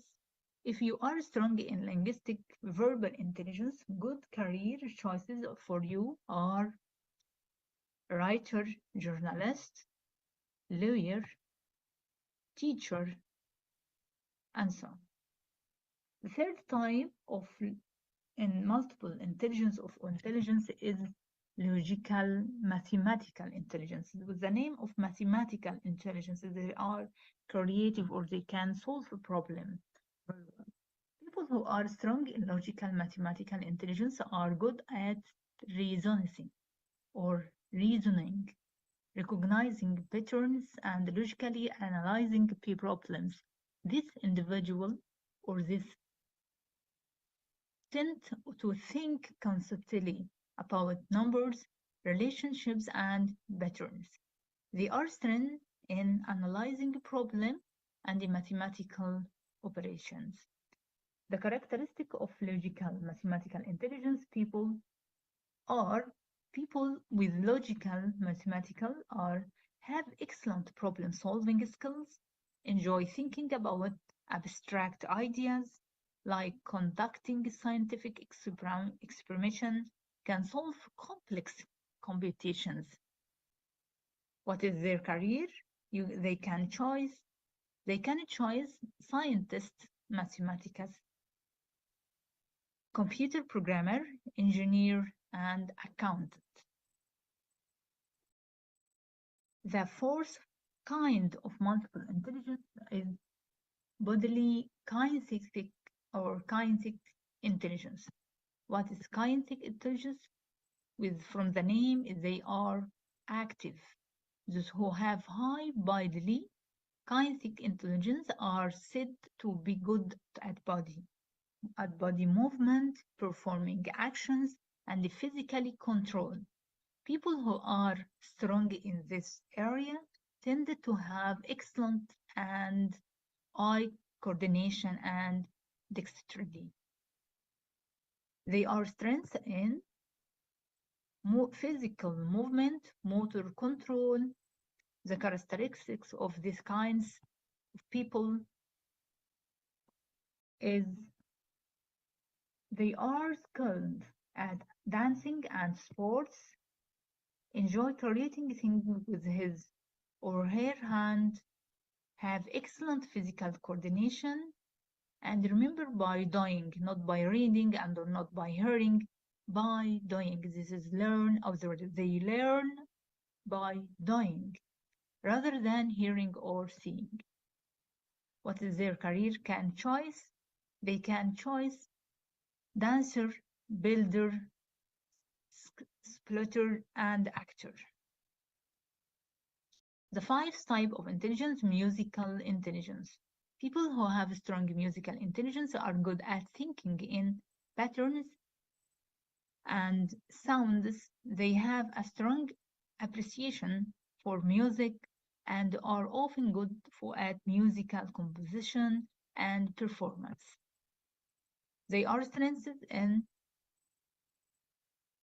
rhythm and music. What is the characteristics? They are people with musical intelligence enjoy singing and playing musical, recognize musical patterns and tunes easily, and remember strong songs and melodies, have a rich understanding of musical structure and notes. The career they can choose: musician, composer, singer, music teacher, and conductor. The sixth type of intelligence is interpersonal intelligence. Those who have strong interpersonal intelligence are good at understanding, interacting with other people. These individuals are skilled at assigning the emotions, motivations, desires, and intentions of those around them. They are strengthened in understanding and relating to other people. Characters of these people with interpersonal intelligence communicate well, very verbally. They can communicate very well, are skilled at nonverbal communication, see situations from different perspectives, create positive relationship with others. This is the character. Resolve conflict in group setting. This is the characters of interpersonal intelligence. What is the career they can choose? They can be psychologist, philosopher, counselor, salesperson. They will be very salesperson and politician. The seventh part or the seventh kind of intelligence is intrapersonal, not interpersonal, intrapersonal intelligence. Individuals who are strong in intrapersonal intelligence are good at being aware of their own emotional states, feelings, and motivation. They tend to enjoy self-reflection and analysis, including daydreaming, exploring relationship with others, and assessing their personal strengths. They are strengths in introspection and self-reflection. The characteristic of interpersonal intelligence are people with and can analyze their strengths and weaknesses well, enjoy analyzing theories and ideas, have excellent self-awareness, understand the basis of his or her own motivation and feelings. The career they can choose is philosopher, writer, theorist, scientist. The eighth type or kind of intelligence is naturalistic intelligence. Naturalistic intelligence is the most recent addition to Gardner's theory and has been met with more resistance than his original seven intelligence. According to Gardner, individuals who are high in his type of intelligence are more in tune with nature and are often interested in nurturing, exploring the environment. They like environment. They interact with the environment and learning about other species. These individuals are said to be highly aware to even subtle changes to their environments. They are interested in finding patterns and relationship to nature. The characteristics are interested in subjects such as botany, biology, and zoology, categorize and catalog information easily, enjoy camping, gardening, hiking, and exploring the outdoors. Dislike learning unfamiliar topics that have no connection to nature. The career they can choose biologistic, conversation, and gardener farmer. The new type of intelligence is existential intelligence. Existential intelligence is the ninth type of intelligence suggested as an additional Gardner's origin. He described existential intelligence as an ability to develop or delve into deeper questions about life and exciting. People with this type of intelligence contemplate the big questions about topics such as meaning of life and how action can serve larger goals. They are strengths or they have an ability to see the big picture. The characteristics of these people have a long-term outlook, consider how current action influence future outcomes, interested in questions about the meaning of life and deep, strong interested and core concerners for others, the ability to see situations from an outside perspective. Their career, they can choose philosopher, theologian, pastoral counselor, and pastor. Conclusion, the theory of multiple intelligence is important because it allows us to think about different types of mental strengths and ability. Learning more about which type of intelligence you learn towards may help you to recognize your own performance. However, it shouldn't be used as to label and should not be confused with learning style. It is important for learning style. Instead of trying to match what you learn to your type of intelligence, focus on learning new things via various modulation and format to strengthen encoding and refine learning. So it's important to learn the intelligence or to learn the types of intelligence. So we know ninth type of intelligence. So this is very important for teachers and for students to know what is the kind or the education style or learning style to be useful for them. Thank you a lot. Thank you very much. I hope to my presentation be useful for you. Thank you and goodbye.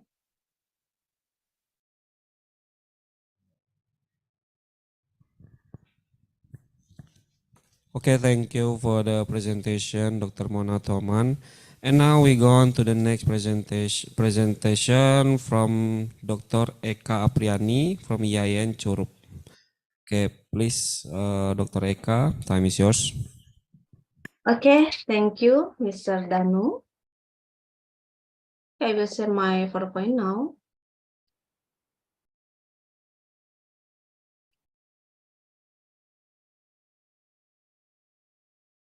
Okay, Mr. Danu, can you hear my voice clearly?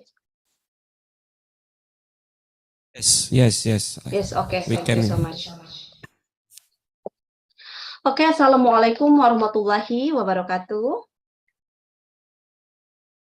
The Excellency, the President of Adri Indonesia, the Secretary of Adri, Director of the Hasan University, the Management of Adri DVD Bengkulu, all of the committee in the Hasan University, all of the members of Adri Bengkulu, all of the keynote speaker, the Excellency Mr. Dr. Bong. Thank you so much, sir, for coming here in our online international seminar.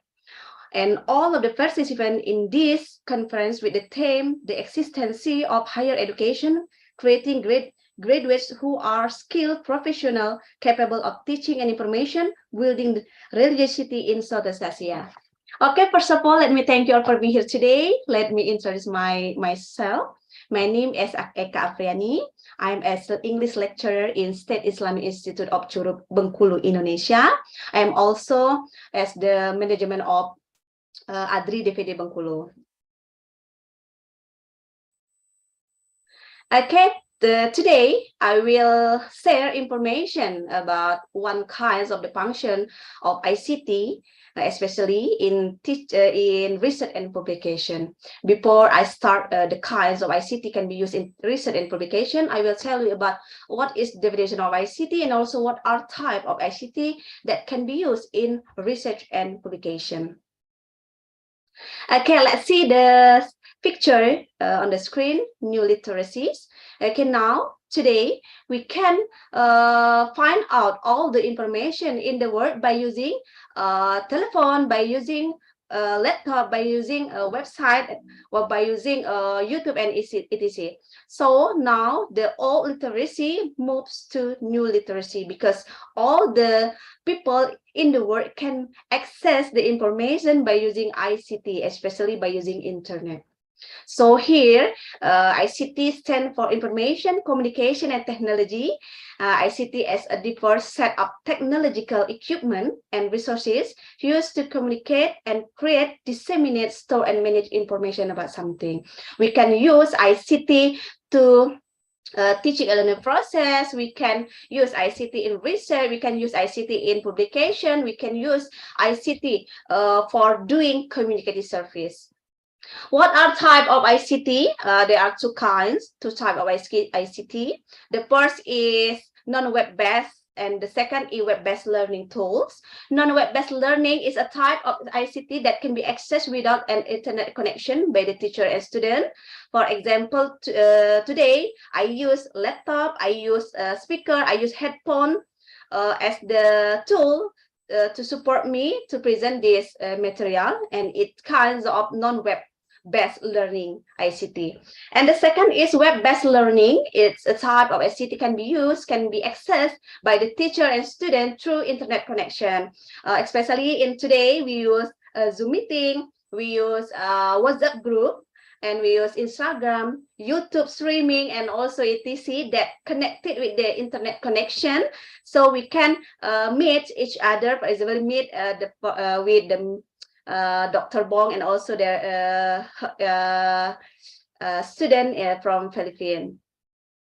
Okay, what kind of ICT can be used in research and publication? I will tell you about, one by one what kinds of ICT that can be used in research and publication. The first is online references. We can search, we can download all of the journal, all of the online references by using this site. We can find out all of the journal by using Scopus website, Web of Science website, Deutsch website, ResearchGate, Academia, Google Scholar, Sinta, and Morarep. For example, in Indonesian, we have Sinta and Morarep. It is also the database of the journal and database of the article of all the lecturer in Indonesia, especially lecturer in Dikti and lecturer in Diktis Indonesia. Okay, you can see on the screen that it is the picture about the Scopus website. This is the WOS, Deutsch, ResearchGate, Academia, Google Scholar, Sinta, and Morarep. But we have most familiar with this website, Google Scholar. We can find all of the journal, all of the book by using this website.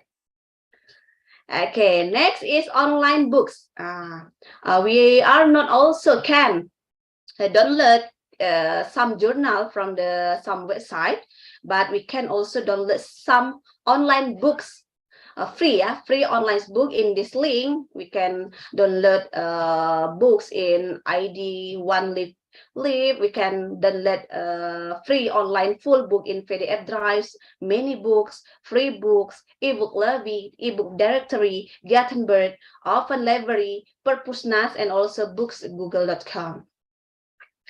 Okay, to collect the data of our research, we have used some ICT platform to make sure that our research is well done. We can use, for example, for today, we can use Zoom meeting, we can use Google Meet, StreamYard, Skype, Google Classroom, Edmodo, Moodle, and e-learning. In that platform, we can do the test, we can do the interview, we can do the observation, and all of the instrument of our research by using this ICT platform. Okay, today Zoom meeting, it is the most familiar platform of us, because all of us using and know about the Zoom meeting, Google Meet, StreamYard. Okay, in Bangladesh, in Bangladesh, the most of the institution use this application, StreamYard. So the differences between a Zoom meeting is like the podcast. So there are only two speakers in the main room, but the other speaker in the backstage. It is the next platform is Skype. It's like same with Zoom meeting and Google Meet. And it is like Google Classroom, Moodle, and Moodle is like Facebook template, it's like from Facebook template, and the last is e-learning. Okay, next is paraphrasing tools. So after we write about our research, we have some problem. We have some problem because we have some sentences copy paste with the theory, the full theory, or the previous study in the last journal. So we need this tool to paraphrasing our research, to minimize our research is detected by using Turnitin tools. So we can use Quillboard, we can use plagiarism detector, we can use paraphrasing tools, we can choose the flip checker, we can use a rewrite tool to minimize our plagiarism in writing research. You can see on the screen that Quillboard, this is the template of the Quillboard. We can copy, paste the theory in this application, and the application will rewrite the sentences of the theory. Okay, plagiarism protector is same with Quillboard, paraphrasing tools, Doofy checker, and the last is rewriter tools. It's the same with the function, same with the Quillboard.com. Okay, the next is application for analyzing the data. We have three applications. The first is SPSS, and the second is SEM-LISREL, and the last is NPFO.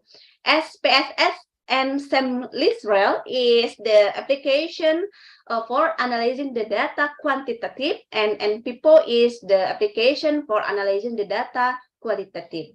You can see on the screen that the picture of SPSS, we can use this application to find out the correlation, regression, effect, validation, reliability, normality, and EC. So you can download and install this application, because this application is very useful for your research. The second is LISREL, or we can call it SEM-LISREL. Is it like same with SPSS application, but the difference is the LISREL write the result of the analyzing by using like spider web like this.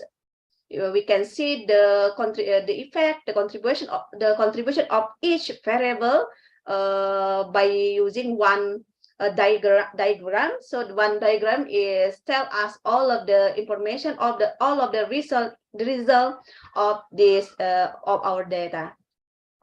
The Third is NPPO. NPPO is for qualitative research. We can use this application to analyze the result of our qualitative study. We can upload, we can submit the result of interview by using this application, and we can get the data about the key point of our interview by using this application. Okay, next is citation and reference style tools. Okay, here I will tell you about what is the kinds of ICT can be used to citation and also to write references automatically. The first is we can use Mendeley, we can use Zotero, we can use Scholar, Google.com, and also we can use EndNote.com. Okay, this is the picture of Mendeley. So we can upload all of the theory, all of the PDF, all of the book in our Mendeley, because we can use this application to write the citation automatically and also write our references is automatically. Zotero is same with Mendeley, and Note is same with Mendeley, but here we are, because we are so familiar with this site, Google Scholar, we can use this link to write our references. You can see the title of the research, and you choose the strip hard, and after that you choose the APA style, Lee 2005 Science Education with English Language Learner. It is the APA style of the references. Okay, next is plagiarism checker. Plagiarism checker, you can use some of application. The first is Turnitin. The second is plagiarism checkers. The third is Authenticate. You can use this application to know how much your similarity, your paper similarity, and you can know what do you do after write your paper. This is the template of Turnitin, plagiarism checker, Authenticate. And the next is translator application. There are some applications can be used to translate our paper, but the familiar one is, for example, Google Translate. You can use Google Translate to translate your paper, because the Google Translate have translate your paper full document. You can choose here document. You can choose this Google Translate to translate all of your document, all of your research. Okay, the last is grammar checker. Okay, after you translate your document, your research by using Google Translate, you can use this application to check your grammar, your writing grammar. Is it right or still have some error? You can use this application, because the application is very useful for us as the researcher to make our grammar is more suitable for our research. This is the template of Grammarly. You can use this. Is free, free for you all. You can upload your document here, and you can check your grammar, all of your grammar free here. For example, like this. For example, and then comma and everything in your research can be checked by using this application. Okay, the last, open journal system. So this system is very important for us as the researcher, because all of the students in the world use this system to submit their paper into journal, because we know about the Scopus, WAS, DOAS, etc., Sinta, and everything of online references is connected with this open journal system, and also connected with Google Scholar. So all the researchers should be know about how to use, how to process about the open journal system. The first is about the submission. The second one is submission. You can register your account in this open journal system. For example, in my journal is English Franca because I'm as English editor-in-chief in this journal. So you can submit your paper here. You follow the step. There are 5 steps in this journal. The first is starting the submission, and the step 2 is uploading the submission. The third is entering the submission metadata.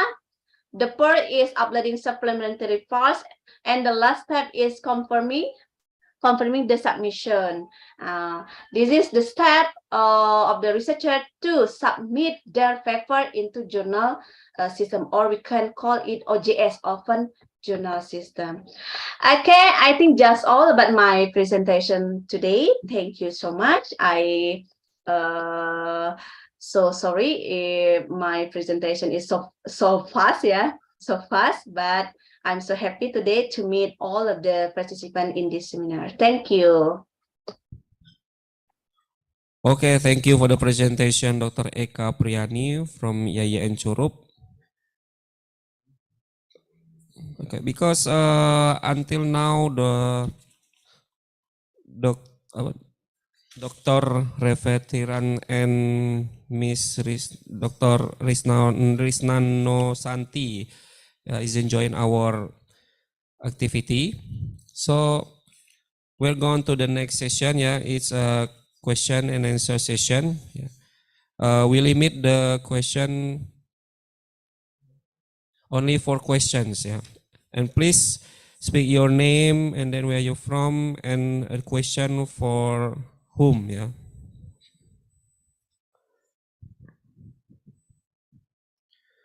Okay. Please ask question.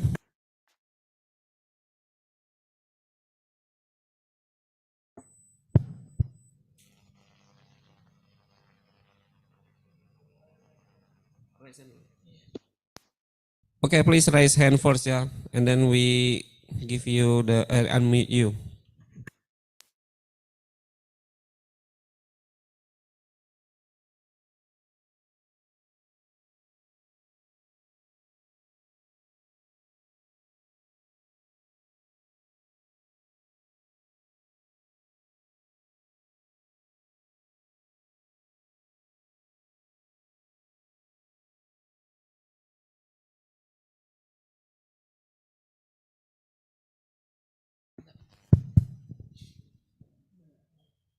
Okay, please raise hand. Yevi Melinda Putri, are you raise hand? Give your question. Yes.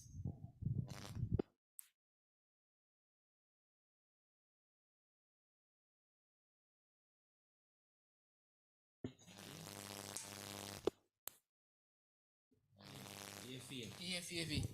Mute. Your microphone mute. Please, Mr. Henry.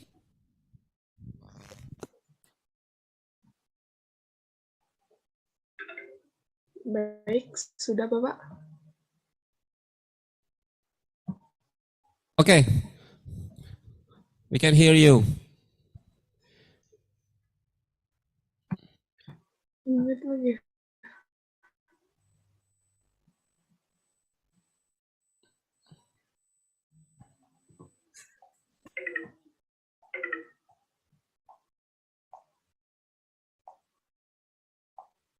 Nah.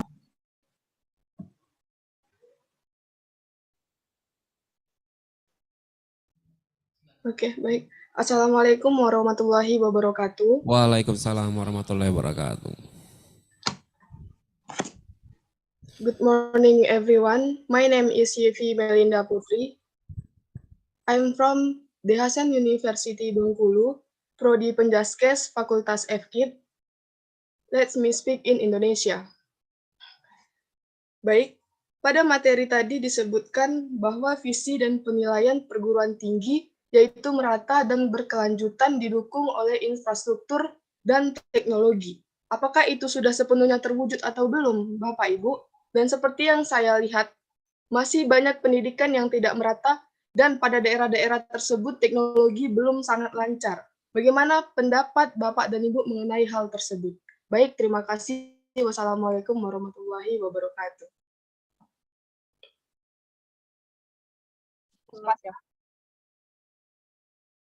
Okay, thank you, Yevi, Melinda, for the questions.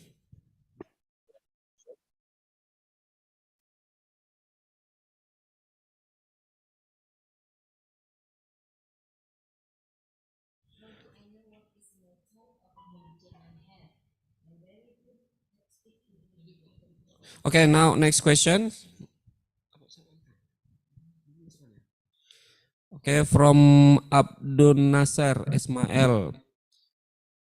I'm from Philippines and I want to ask, how do I know what is my type of intelligence I have? I'm very good at speaking, but I'm very weak in terms of writing.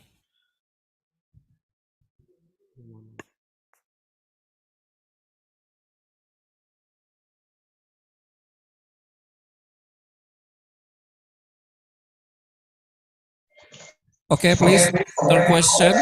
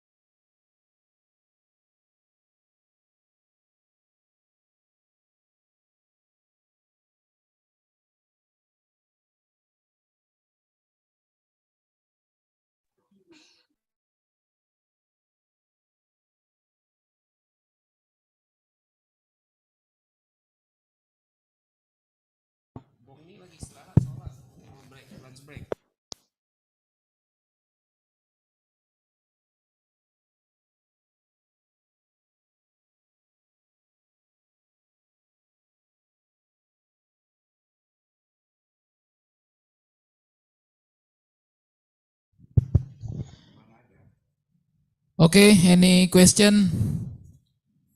All participant? From Mr. Faisal Anwar. Any question, sir? Belum. From Dr. Emi Hoila Harahap. Any question? Okay, please.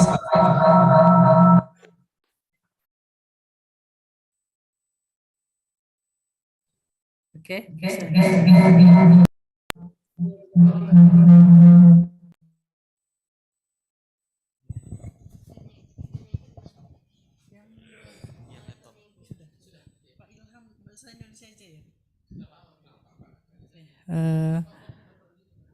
Pak Ilham Dwi Tama masih ada ya?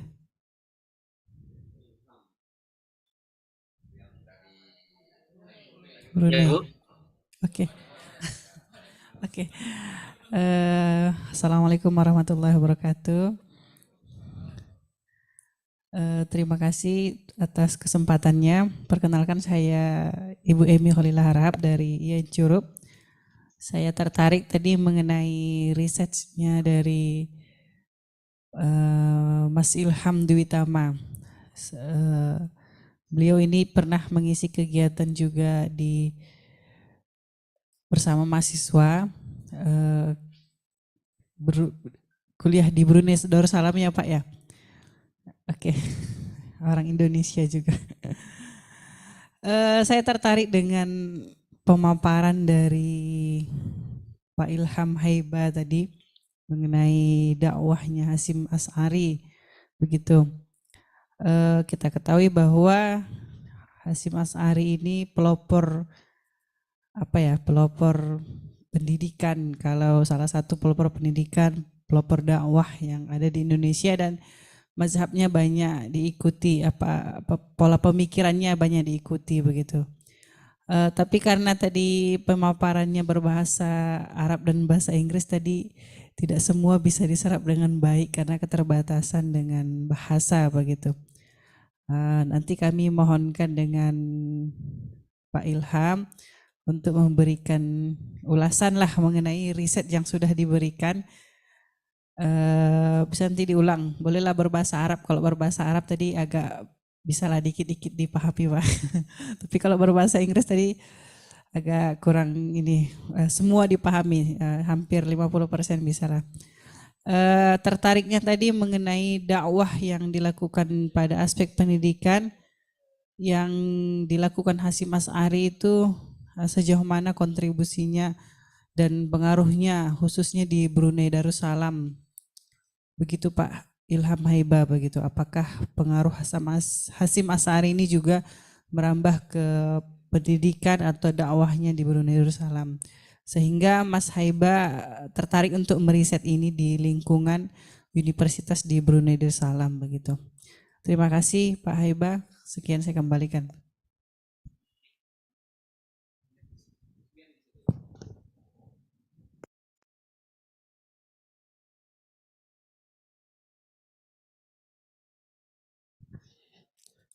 Okay, thank you. The question, Miss Amy. And next question from Dr. Eka Apriani. Please ask the questions, mention the question. Okay, thank you, Sir Danu, as the moderator for today.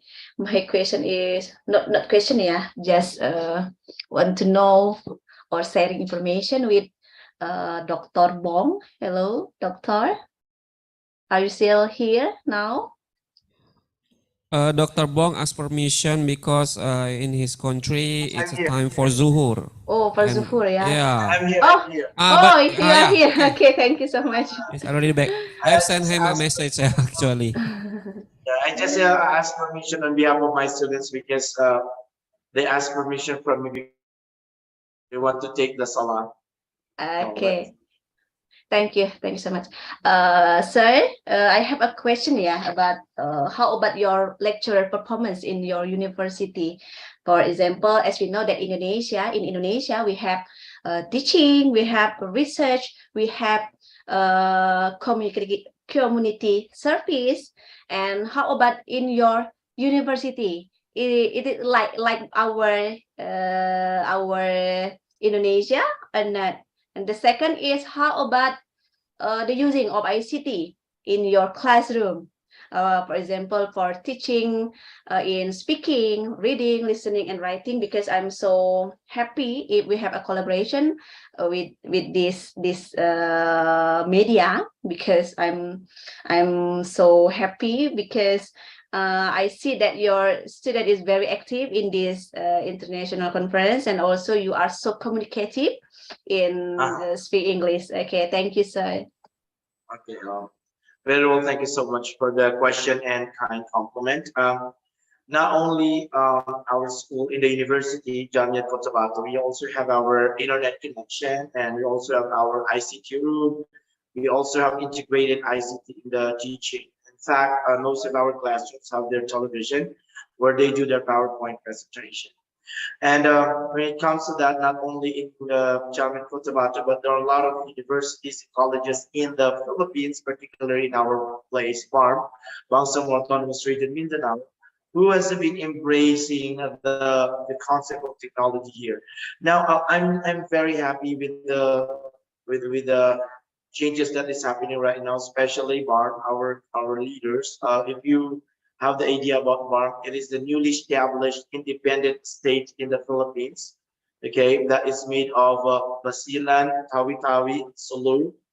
We have special geographic areas, Maguindanao also. So this is actually the state, and they have been working also very hard in order to strengthen and see some assessment and evaluation, and afterwards maybe they can look for the intervention.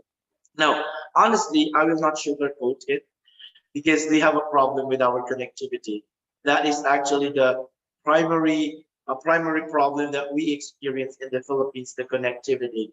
And because of that, most of us has been affected by this problem, and our government is doing its best to address that. So that could be one reason. Another thing is when I was in Singapore, I learned that our country is not so good in the status when it comes to the level of education. So I was so sad about that. But of course, I will not take it as a negative. I will take it as a challenge to do more to empower my students, and that's it. Also, when I'm teaching now, actually my major is linguistics. I am teaching introduction to linguistics and structure of English. So I am more of empowering my students when it comes to research, particularly social linguistics and discourse analysis. We know from the fact that everything is null without research-based mechanism if we don't have evidence. One of the reasons why some projects fail, some interventions fail, because they just assume that a particular community need it, but in fact they don't, because they lack the grassroots. When I say grassroots, they lack the field research, and they don't have basis of that particular project that they are putting into a particular community.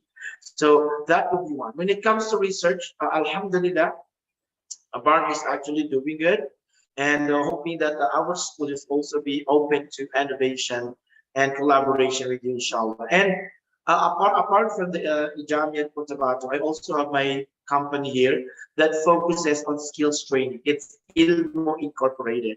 So our function is we give training on skills like public speaking, technical writing, project management, and research. We also give training on TESOL, if you're familiar with that, TESOL. And we have also conducted a lot of training, national and international, in empowering among some of our youth Muslims and other individuals who are actually wanting to be, to be empowered. So that's the thing I think that we need to review on, work on, is the digitalization. I know that your country is good, you're doing well, and we are just being tested. Not all not all places in the Philippines really are already during the pandemic when you have the digitalization, everything was online. So when that pandemic came in, we were so shocked, and we really don't know what to do. We were shocked that we don't know how to do online transaction. We don't, it affects us economically, politically, and everything. The transaction actually bogged down, and because of the lockdown.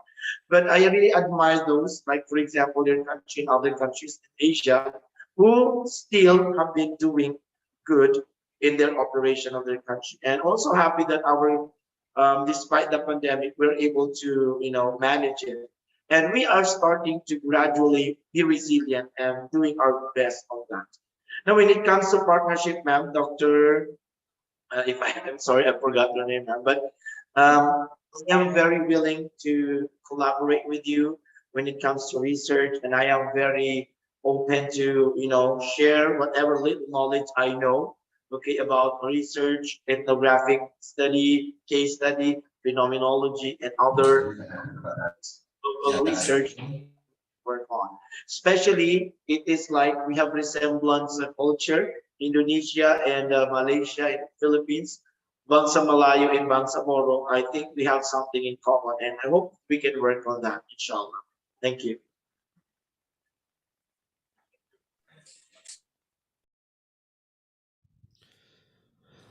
Okay, thank you, Dr. Bong, for the answers. Yeah. I'm sure that your answer can also answer the question from Yevi. Yeah, it's about how your university.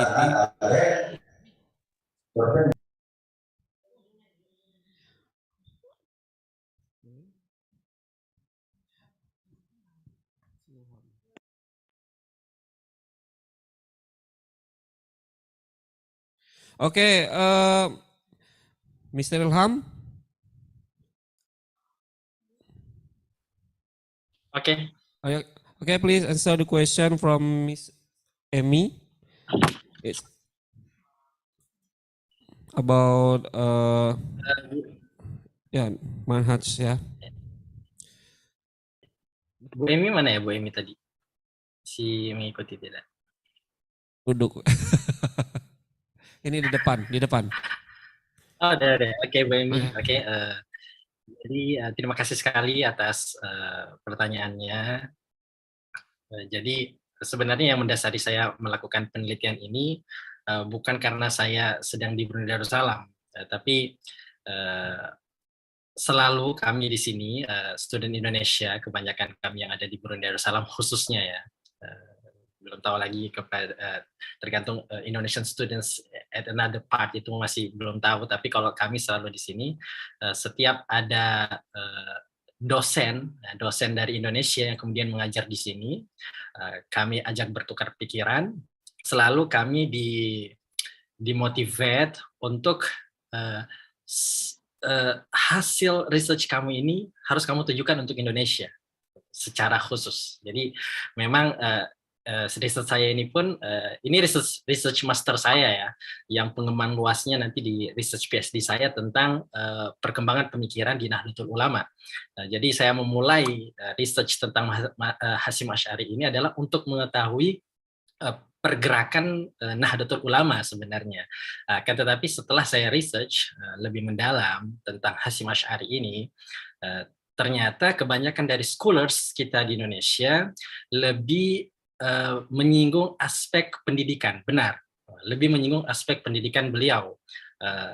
Dalam pandangan saya, pendidikan ini adalah one of method of dakwah. Jadi salah satu ciri dari metodologi dakwah, di mana yang saya pahami setelah saya membaca berbagai literasi, entah itu literasi yang ditulis langsung oleh Hasyim Asy'ari, yang bukunya tadi ada 19 buku, itu terkumpul dalam Irsyadus Sari, ya, itu terkumpul dalam Irsyadus Sari.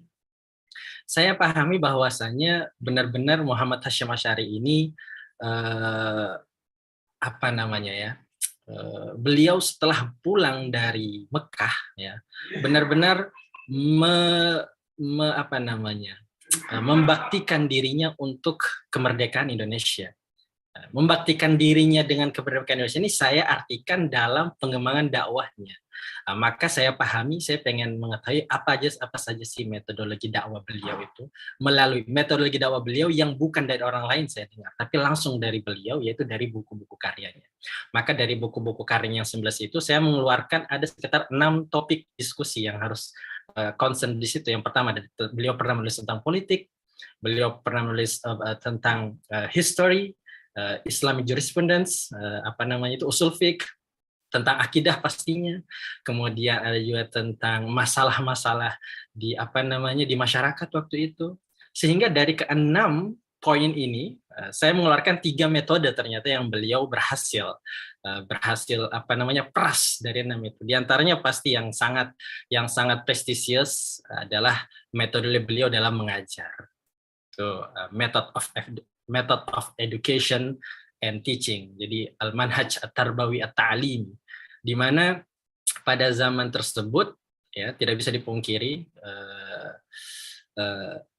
kualitas pendidikan Indonesia pada tahun 1920-an itu masih sangat rendah kita katakan. Tapi beliau berhasil membawa metodologi pendidikan yang sangat baru waktu itu, yaitu dengan metode bahsul masail. Itulah bahsul masail itu yang sampai saat ini masih menjadi domain dalam setiap pergerakan Nahdlatul Ulama. Makanya ada majelis lembaga bahsul masail ya. Itu. Kemudian yang kedua adalah beliau berhasil menanamkan metodologi yang kritis ya, critical methods. Jadi adversary and critical methods. Jadi beliau itu kembali lagi belajar seperti ulama-ulama sebelumnya, di mana ulama-ulama sebelumnya itu kalau mereka tidak setuju dengan pendapat orang lain, mereka menulis buku. Jadi bantahannya itu buku dengan buku. Yang seperti kita tahu ketika pada saat ada Imam Ghazali menulis sebuah buku tentang filosofi, Tahafutul Falasifa, kemudian dibantah oleh scholars setelahnya dengan menjadi tahafut. Itu juga lah yang dilakukan oleh Muhammad Hasyim Asy'ari waktu itu. Beliau lebih dominan ketulisan memang. Beliau tidak terlalu apa nama bahasanya itu tidak terlalu vulgar untuk tampil di depan membahasakan lebih ke bukunya, tapi dengan secara kritis. Dari situlah nanti kita dari social political organizations-nya ketika pada saat dia memimpin Nahdlatul Ulama, di situ kita bisa melihat metodologi dalam kepemimpinan beliau. Yang mana dalam pandangan saya Kiai Hasyim Asy'ari ini Masya Allah, beliau termasuk ulama yang tawadhu karena setiap pergerakannya itu didasari oleh Al-Quran dan As-Sunnah. Dan perlu kita ketahui di sini yang selalu saya ingin tekankan, meskipun beliau adalah pahlawan di bidang pendidikan, tapi beliau itu adalah ulama hadis, Masya Allah. Itu dalam bukunya itu sangat jelas sekali dilampirkan ijazah beliau dalam 3 sanad. Yang pertama sanad Bukhari itu dari Bukhari sampai Rasul, kemudian Muhammad Hasyim Asy'ari, kemudian ada lagi sanad Muslim, sama juga kemudian ada sanad Imam Muwatta, di mana dalam diskursus fikih kita pahami bersama tiga sanad ini adalah 3 yang paling sanadul a'la, yang paling atas dalam fikih. Jadi dalam pandangan saya Hasyim Asy'ari termasuk salah satu proklamator bangsa juga yang mempersatukan umat Islam waktu itu. Terima kasih mungkin Dr. Emi.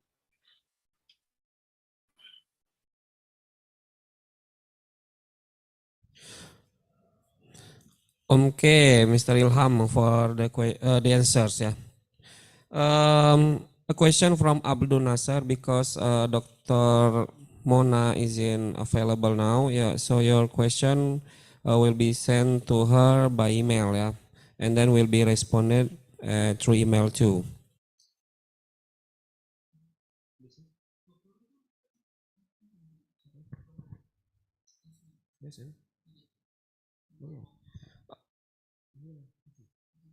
Okay, Dr. Bong, you wanna ask a question?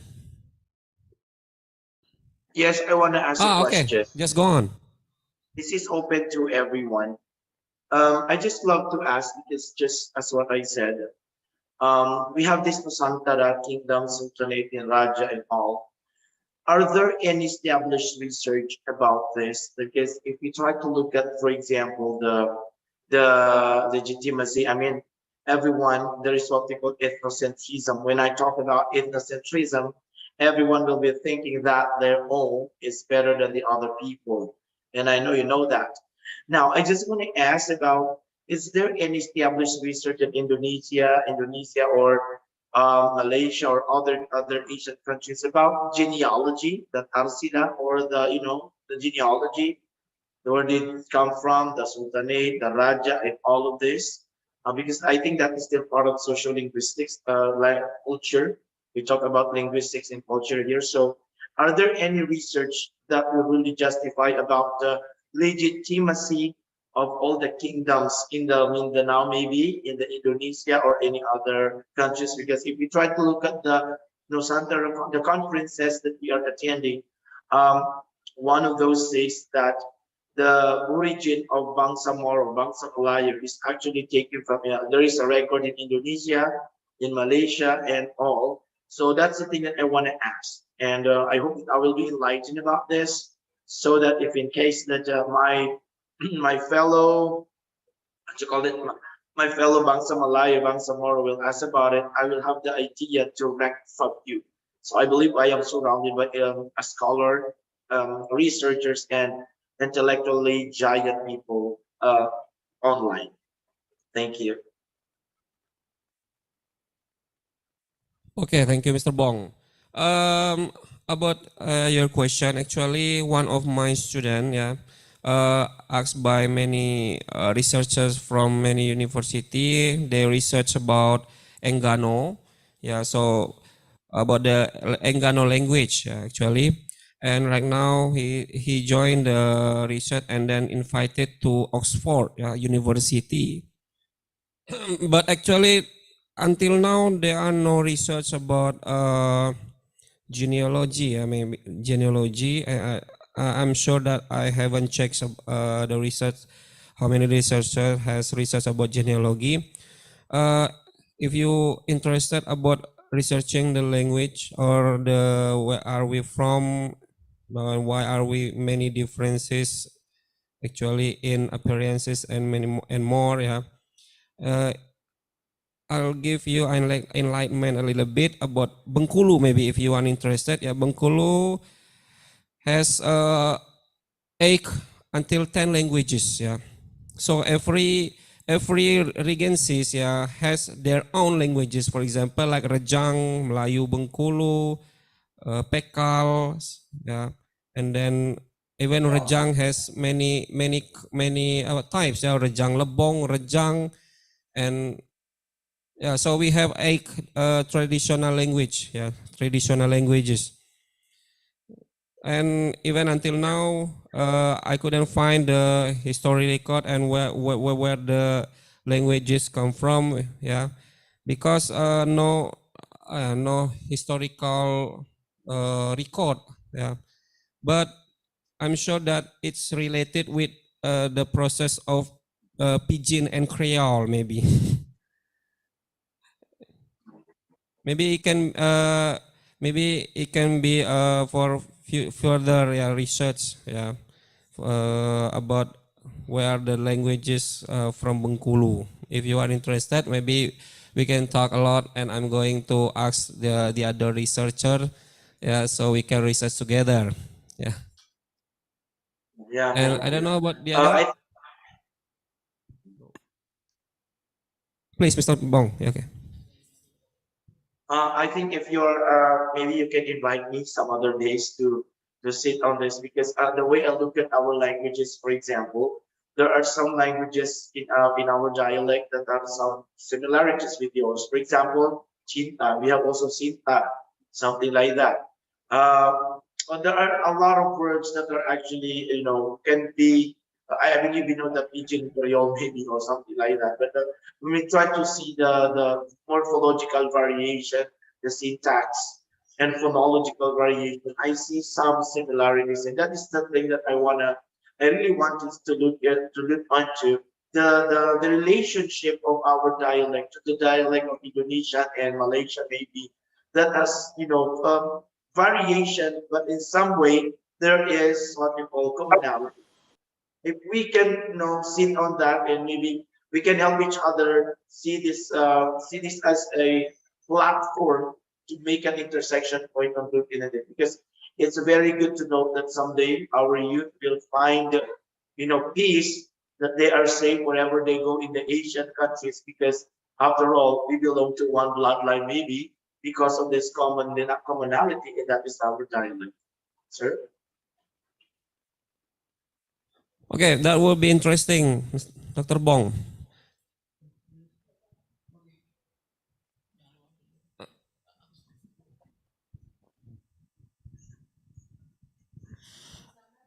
Okay, thank you very much, Dr. Bong, and all keynote speaker today, international seminar, Dr. Eka Apriani, and then Mr. Ilham Haibah from University Sultan Syarif Ali, Brunei Darussalam, and the last get a picture, yes, screenshot for documentation international seminar today. Thank you very much for your attention. Oh yeah, yes. The last video. Playing video from Professor Dr. Hajjah Eri Salimana from Pakuan University. Okay, coming. Playing video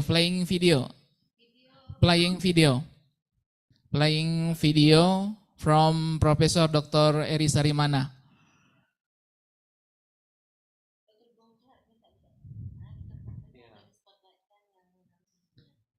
Okay, come back, Mr. Danu.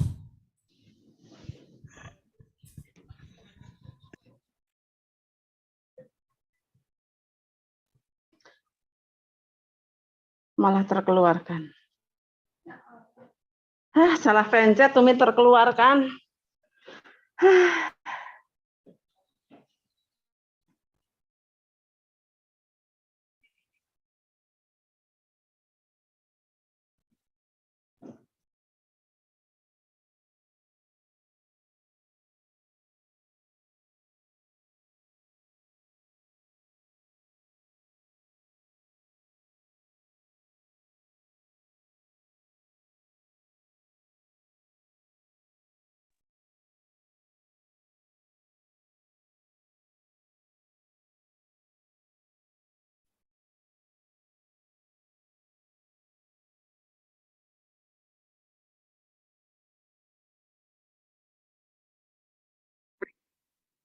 Assalamualaikum warahmatullahi wabarakatuh.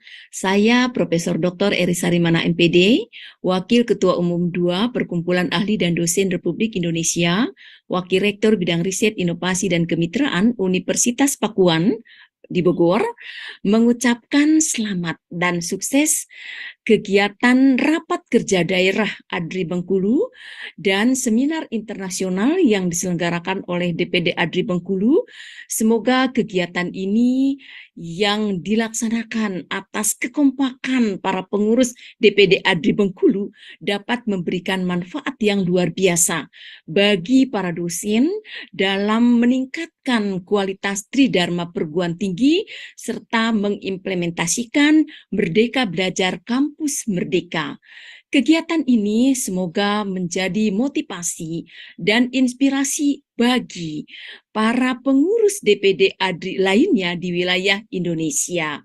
Mudah-mudahan kegiatan ini yang insya Allah akan dilaksanakan di Universitas Dehasen berlangsung dengan semarak ya, dengan tertib, dan juga terima kasih kepada Sivitas Akademika di Universitas Dehasen.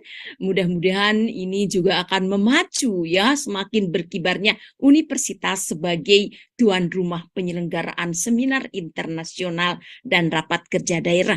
Dalam kesempatan ini saya memohon maaf yang sebesar-besarnya karena tidak bisa membersamai secara luring di Bengkulu, kan ada agenda yang tidak dapat ditinggalkan pada hari ini ya, bertepatan sekali waktunya. Mudah-mudahan sekalipun jauh hadir secara daring tetap bisa membantu semangat dan semaraknya kegiatan ini. Adri Bengkulu hebat dan teruslah semangat dalam mewujudkan program-program kerja lainnya ya. Saya mengucapkan selamat dan sukses sekali lagi. Saya akhiri wabillahi taufiq wal hidayah. Wassalamualaikum warahmatullahi wabarakatuh.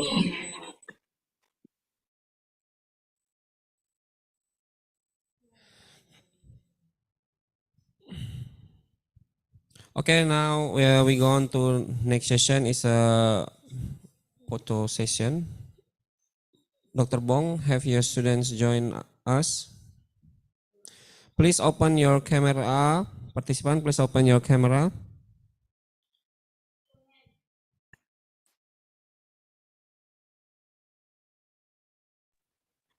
Everyone, go. You can.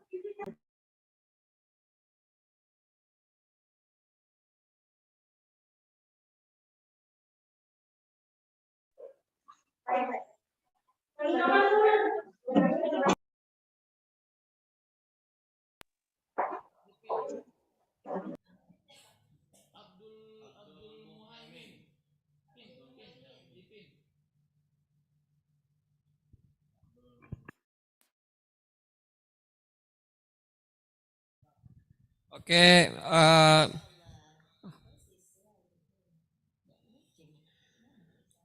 please smile. 3, 2, 1. Okay, smile.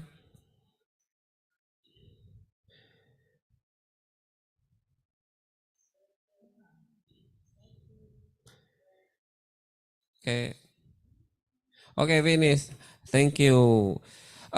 This is the end of our international seminar. Yeah, I'm Danwario Putra as the moderator. I'm sorry if I made many mistakes, and any question or further question, or if any compliment. Okay, that's all for today. Yeah, see you again in next international seminar. Wassalamualaikum warahmatullahi wabarakatuh. And good day, everyone. Bye. Okay. Thank you, Sir Danu. Thank you, Dr. Bong. Thank you, Dr. Sumarto. Thank you so much. I hope that I already gave my email address. If we can talk about future collaboration for research and other endeavors, you can contact me through the number I given. And Okay. also, I just would love to ask about the certificate of my students, because Yes. that is the requirement. Yes, of Yes. course. Yes, of course. I will send you. I will send you about the certificate. And also my certificate also. Yes, yes, of course. Thank you. Okay, so thank you so much, and jazakallahu khairan katsira.